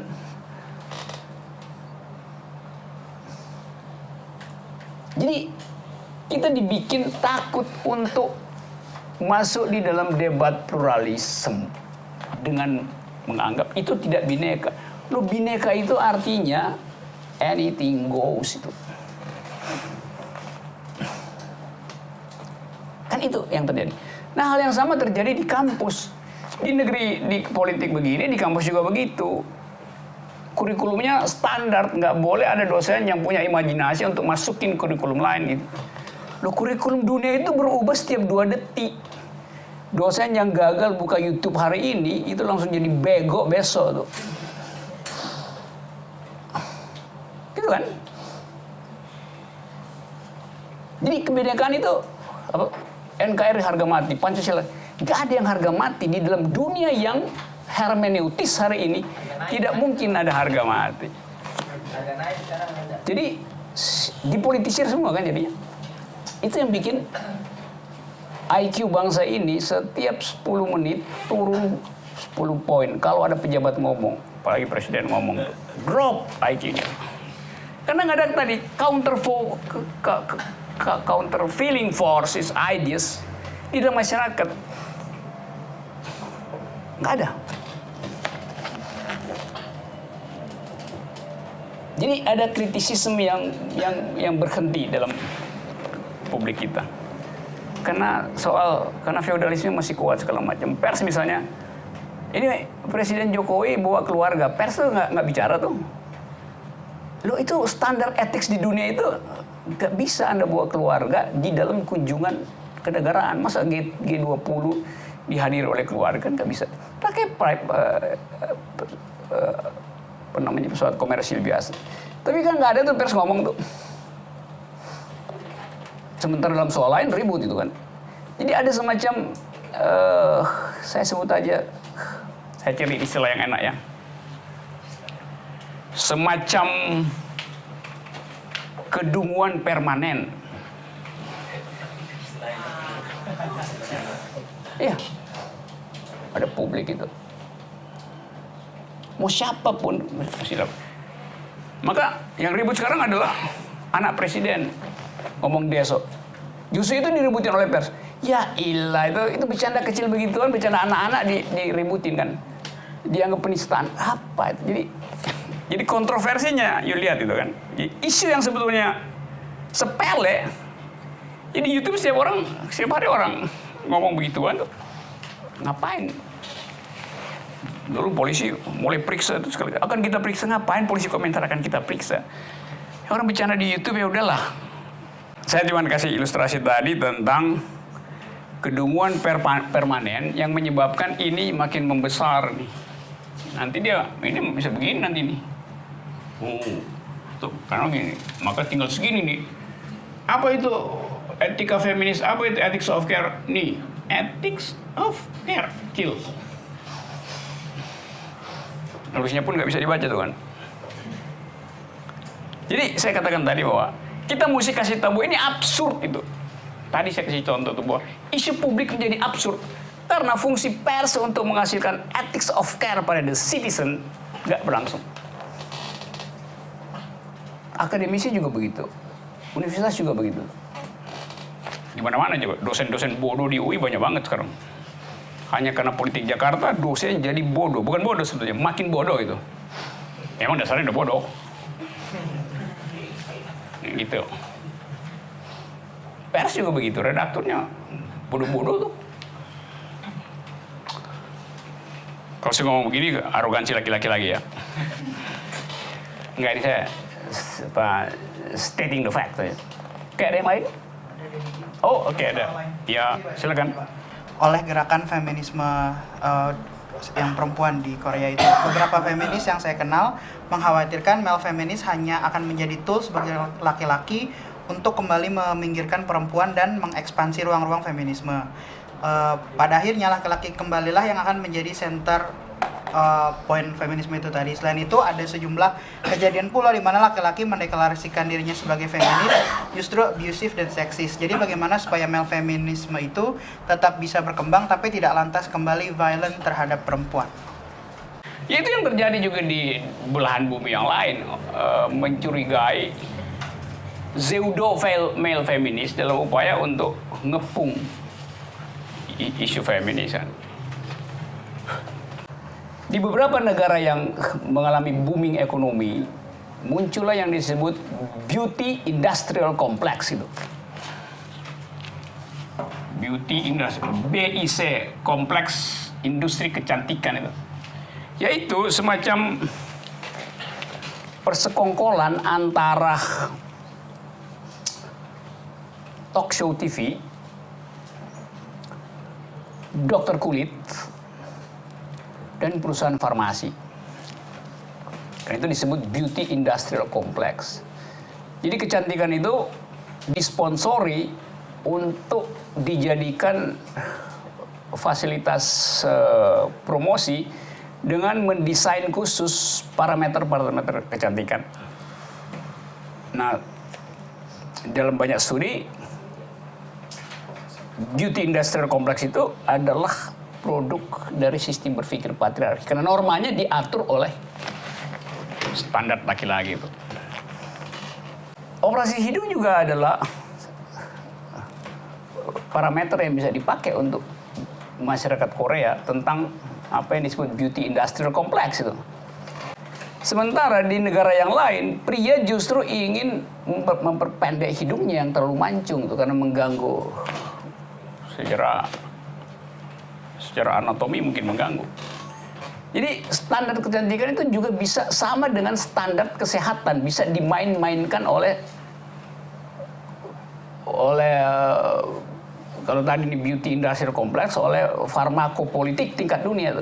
Tadi saya kasih contoh soal kolesterol misalnya.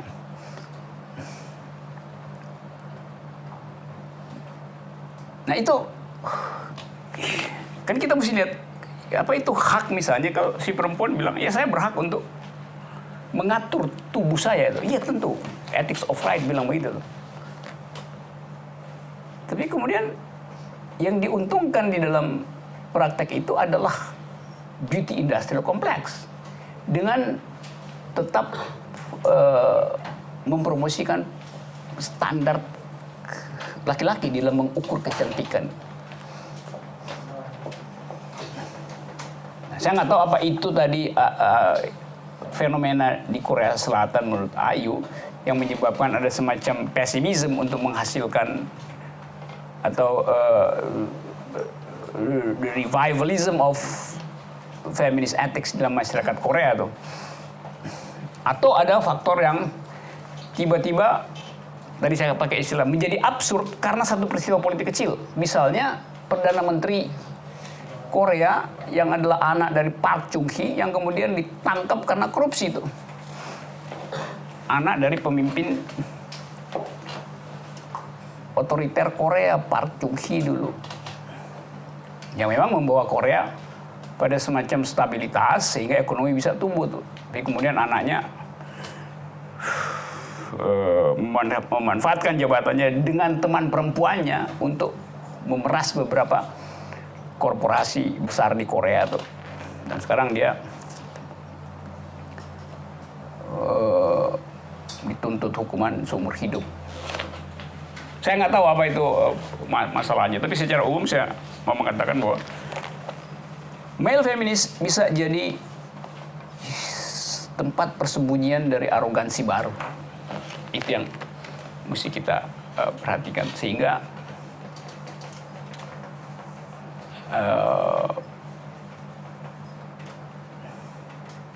kan sama misalnya begini, saya kasih contoh ya. APBD misalnya, anggaran pendapatan dan belanja daerah tuh,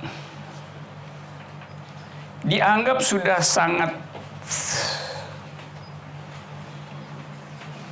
feminis bila udah dimasukin kata ini udah mengalami analisa gender itu. Karena mesti comply dengan sistem internasional bahwa anggaran sekarang harus berbasis gender. Oleh karena itu diperlihatkanlah bahwa kebijakan kesehatan di sebuah kabupaten misalnya sudah berbasis gender dengan memperlihatkan puskesmas ada di mana-mana. Oke, sekarang kita analisis satu persatu. Public policy memang berbasis gender dibuat demikian, tetapi akses ke puskesmas itu masih pakai jalan berbatu. Jadi buat apa bikin puskesmas? Kalau untuk bopong ibu hamil itu pakai bak terbuka dan jalan berbatu, dia keguguran 12 kali. Karena perspektifnya hanya mau mengatakan sudah ada puskesmas di sebuah daerah. Terus kalau ibu lagi hamil, kan jalannya kan mesti mulus. Nah itu yang saya katakan tadi, public policy-nya tidak compatible dengan social policy itu. Sama seperti kalau suami Anda misalnya, kalau si suami pekerja dia BPJS, terus dia sakit masuk rumah sakit, maka negara membayar, ya kan? BPJS kan bayar. Iya, 3 bulan dia di rumah sakit dibayar negara, oke bagus. Tapi 3 bulan dia pulang rumah, istrinya udah jual rumahnya tuh.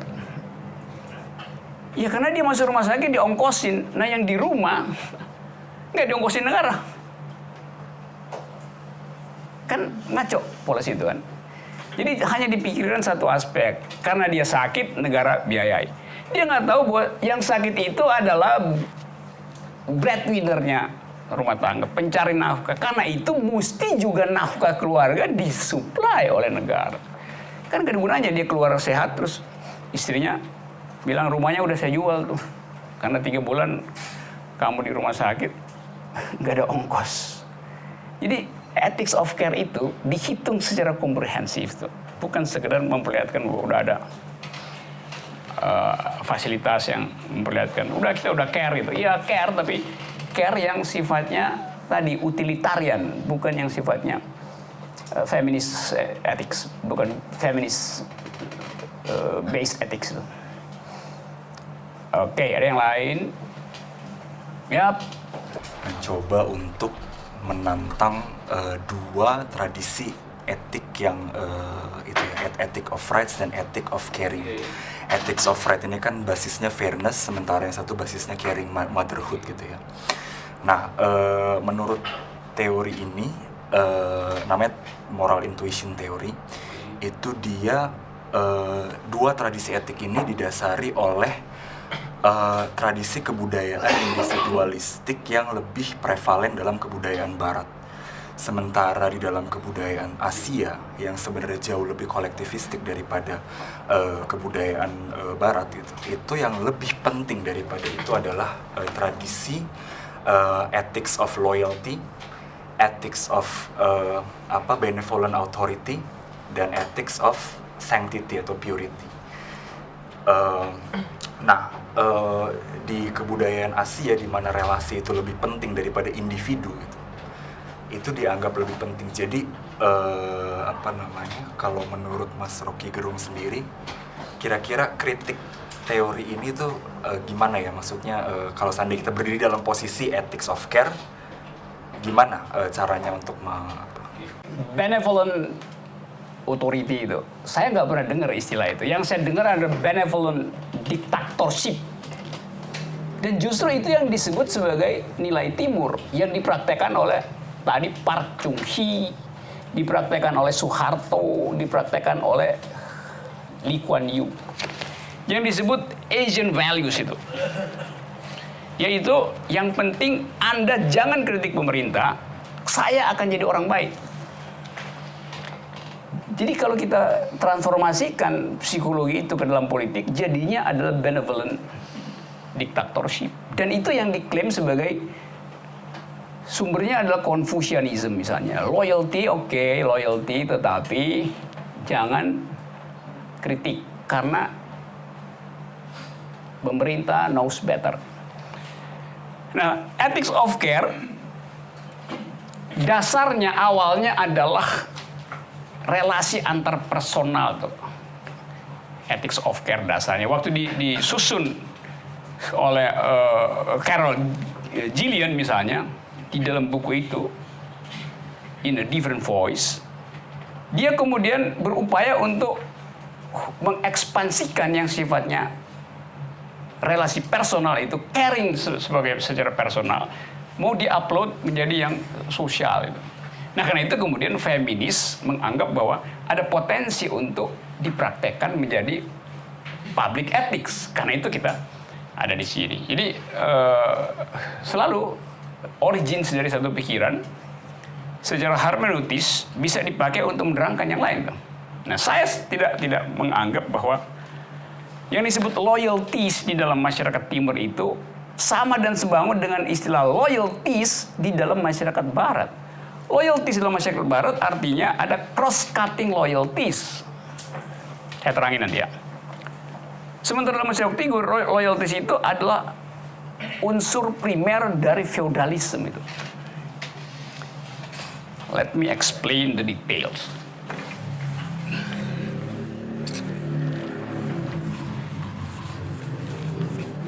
Kalau saya loyal pada Anda, basisnya adalah prinsip pacta sunt servanda. Dalam bahasa Latin namanya pacta sunt servanda. A pact must be served itu. Perjanjian itu harus dilaksanakan.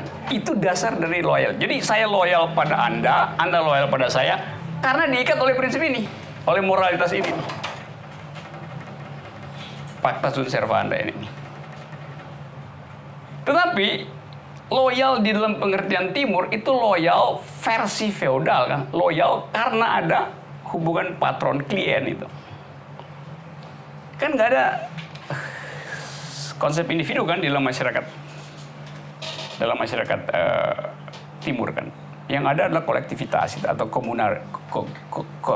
komunitarianisme atau komunalisme itu. Jadi otonomi saya atau identitas saya hanya mungkin saya pelihara sejauh diizinkan oleh komunitas. Dan itu adalah patriarki. Karena apa? Karena ada pemimpin ada pemimpin komunitas. Di tingkat paling tinggi pemimpin komunitas itu namanya kepala suku, kiai. Apalagi? Yang nggak bisa kita tuntut pertanggungjawabannya berdasarkan prinsip pacta sunt servanda. Kenapa? Karena saya nggak bikin perjanjian dengan dia, saya terikat pada proteksi dia tuh, maka saya loyal pada dia. Ethics of care bukan di dalam rangka itu. Nah, benar tadi yang dikatakan kawan tadi bahwa iya ada orang yang menganggap bahwa laki-laki itu mengatakan saya ethics of care loh, kenapa? Kan gue peduli banget sama lu. Lu kemana-mana gue jemput itu. Jadi dia, lu bikin skripsi gue petikin.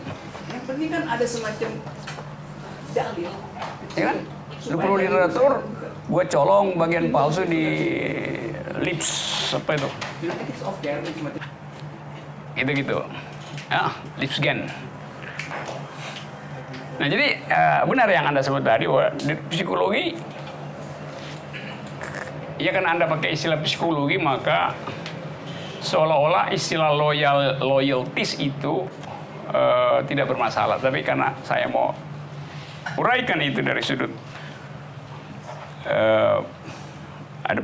ada political screen, ada tirai politis di situ. Saya terusin dulu ya, dikit ya. Joe. Ini saudara Joe, ini saudara Rocky, ini saudara Abi.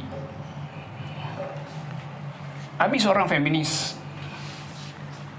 Rocky, padahal saya yang mau feminis, tapi nggak bisa lagi kan Abi udah. Saya seorang ateis. Joe seorang Dayak. Wajahnya mirip wajah komunitas Dayak. Maka si Joe bikin partai Dayak. Saya bikin partai ateis. Abi bikin partai feminis.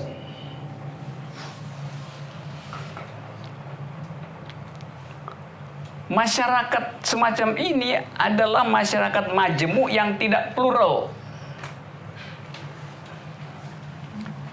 Ethics of care nggak bisa tumbuh di sini. Ethics of care hanya bisa tumbuh kalau dalam pemilu nanti si Joe yang orang Dayak tidak memilih pimpinan Dayak, tapi memilih seorang feminis. Karena dianggap pimpinan saya patriarkis misalnya. Atau saya justru tidak memilih seorang ateis karena saya memilih orang Dayak, karena gue lebih senang kehidupan alami orang Dayak misalnya. Jadi ada loyalitas silang dalam masyarakat. Ada cross-cutting loyalties itu. Loyalitas silang. Ini yang rasional tadi. Jadi psikologi tidak bisa mendeteksi ini. Saya bisa. Pertanyaannya Lola, jika ethics of care memiliki gagasan interdependensi antar subjek dan dengan demikian subjek mengemban tanggung jawab terhadap orang lain atas pilihannya, apakah artinya nilai-nilai ethics of care menjadi sangat strategis untuk mendidik nilai-nilai toleransi, mitigasi konflik atau upaya peace building? Lalu pertanyaan kedua, kalau misalnya ethics of care merupakan respon dari pengalaman, bagaimana laki-laki bisa mengadopsinya secara penuh? Gitu Pak, terima kasih. Yang kedua pasti nggak bisa, karena dia udah mulai dengan satu postulasi.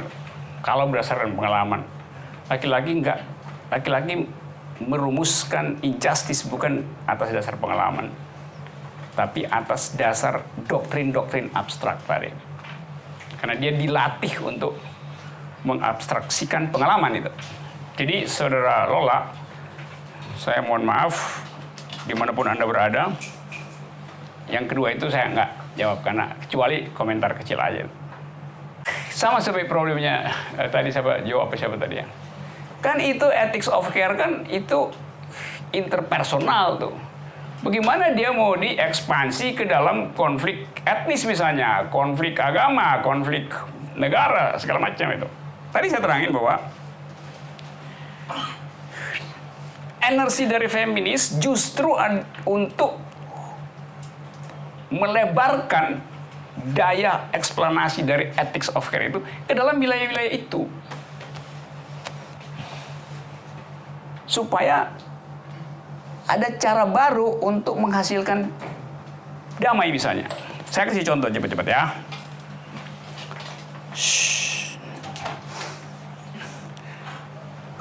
Konflik antara rejim Nicaragua yang kiri dan pemerintah pejuang Nicaragua itu, Sandinista ya, yang bertahun-tahun nggak bisa diselesaikan karena perundingannya gagal melulu. Karena yang ditaruh di situ adalah dua orang yang dua-duanya punya massa itu.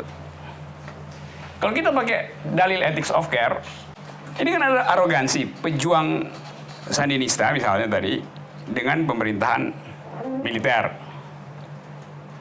Dua-duanya bikin kesalahan, dua-duanya melakukan pelanggaran hak asasi manusia. Kalau dibikin versi ethics of right tadi, yang ini akan ngotot dia benar, ini akan ngotot dia benar. Kenapa? Karena nggak mau kehilangan muka dua-duanya. Maka dicari jalan lah. Bagaimana kalau ada pihak ketiga yang menentukan keadaan terakhir dari perundingan itu. Jadi dengan adanya pihak ketiga, maka si dua pihak ini kalau dia dibilang salah, tidak langsung dari lawannya. Dapat nggak? Ini Abi sama Nopal di konflik. Dia akan, lu salah. Tapi kalau saya yang bilang, ya lu ada salahnya, dia ada benarnya, lu ada benarnya, dia ada salahnya. Dia nggak kehilangan muka, dia nggak kehilangan muka. Jadi mediasi itu bukan sekedar untuk menguji rights, tapi untuk menghasilkan rekonsiliasi. Di situ ethics of care bekerja. Hal yang sama terjadi dalam soal 65 sekarang yang apa namanya,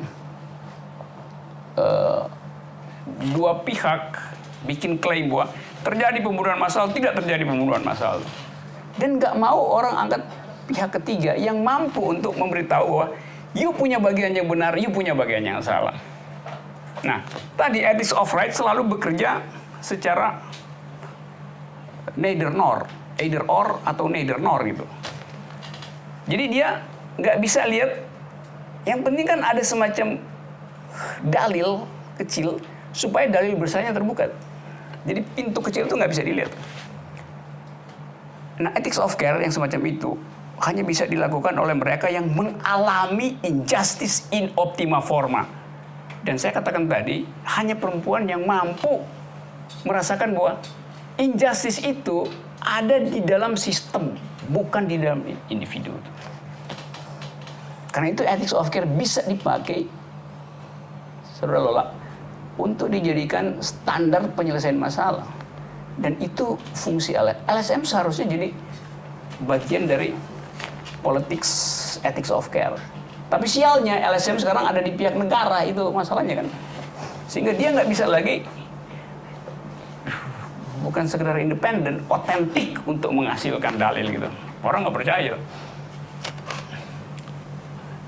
Bisa gitu ya? Ada yang belum saya jawab ya? Jadi bisa dipakai itu. Dan memang itu maksudnya ethics of care. Teorinya begini nih. Ethics evolve. Jadi ethics itu bukan sesuatu yang given pada satu situasi itu. Dulu perempuan nggak punya hak suara, tapi kemudian dia dapat. Dulu orang kulit hitam dianggap sebagai non-human, tapi kemudian dapat hak itu. Jadi ada kemajuan peradaban, ada kemajuan rasionalitas, ada kemajuan care terhadap soal-soal. Nah sekarang ada feminist ethics, ada environmental ethics, ada animal liberation, animal ethics, macam-macam. Sehingga mungkin satu waktu nanti ada etika untuk benda mati, untuk benda padat.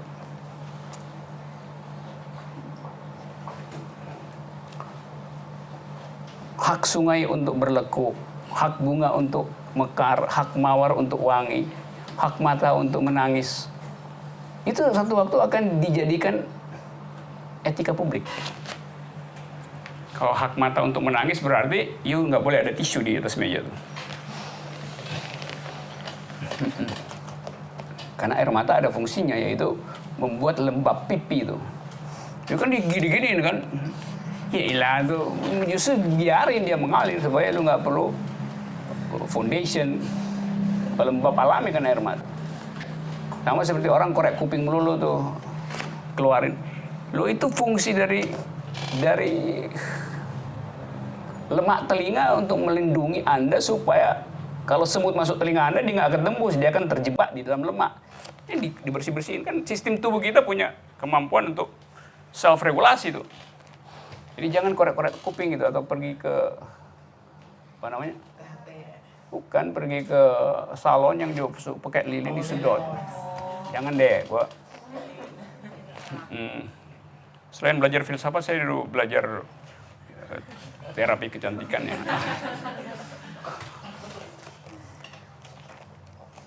Oke, jadi itu soalnya.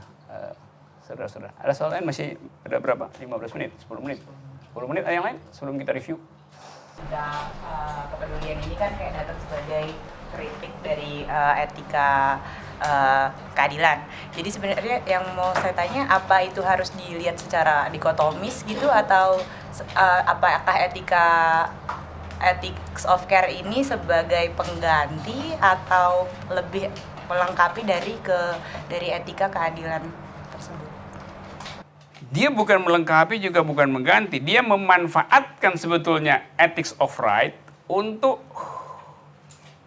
semacam tumpangan untuk menghasilkan etik yang lain tuh.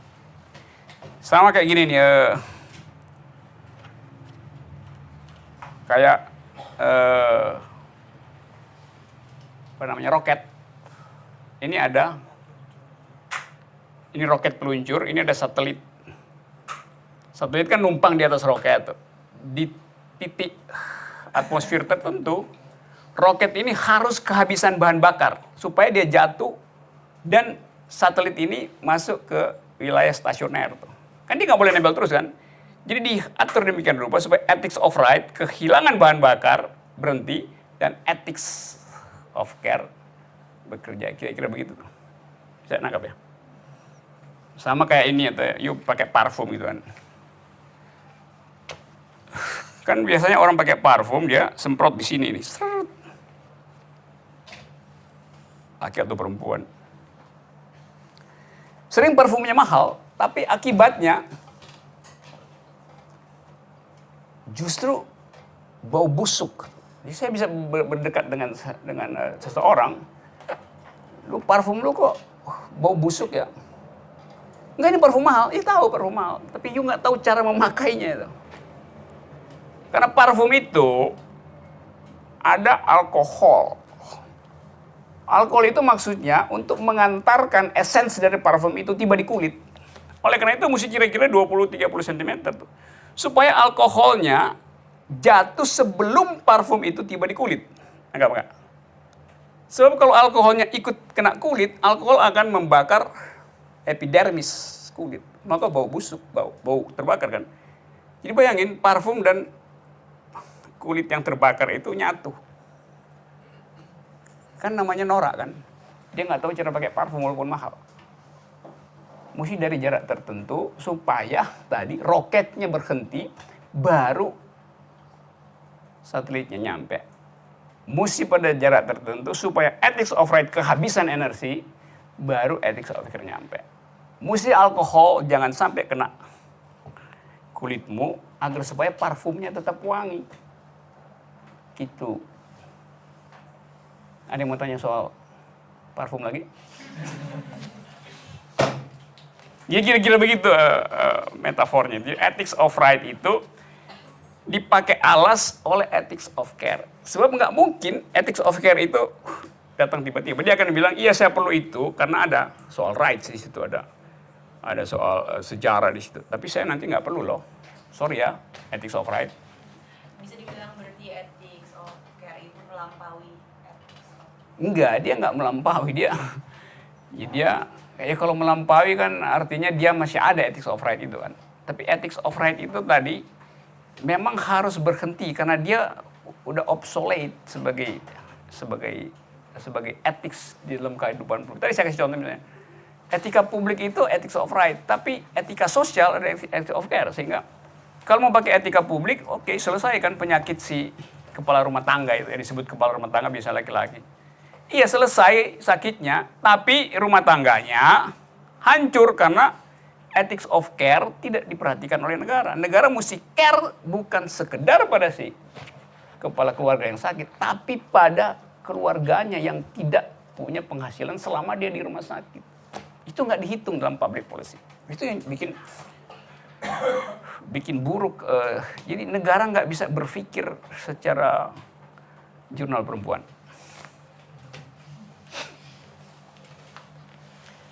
Oke, saya kira itu. Jadi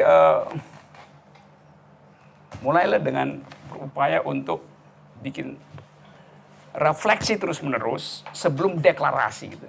Jangan kita deklarasi, tapi kita begini. Refleksi adalah cara yang bukan cara paling baik, cara yang paling unik untuk bermesraan dengan ethics of care gitu. Supaya kita dapat. Jadi memang mesti ada kemesraan di situ supaya kita tidak sekedar merasa paham secara teoritis, terlatih secara akademiks, tetapi defisit di dalam moral ethics itu. Assalamualaikum warahmatullahi wabarakatuh. Salam Jurnal Perempuan untuk perubahan dan kesetaraan.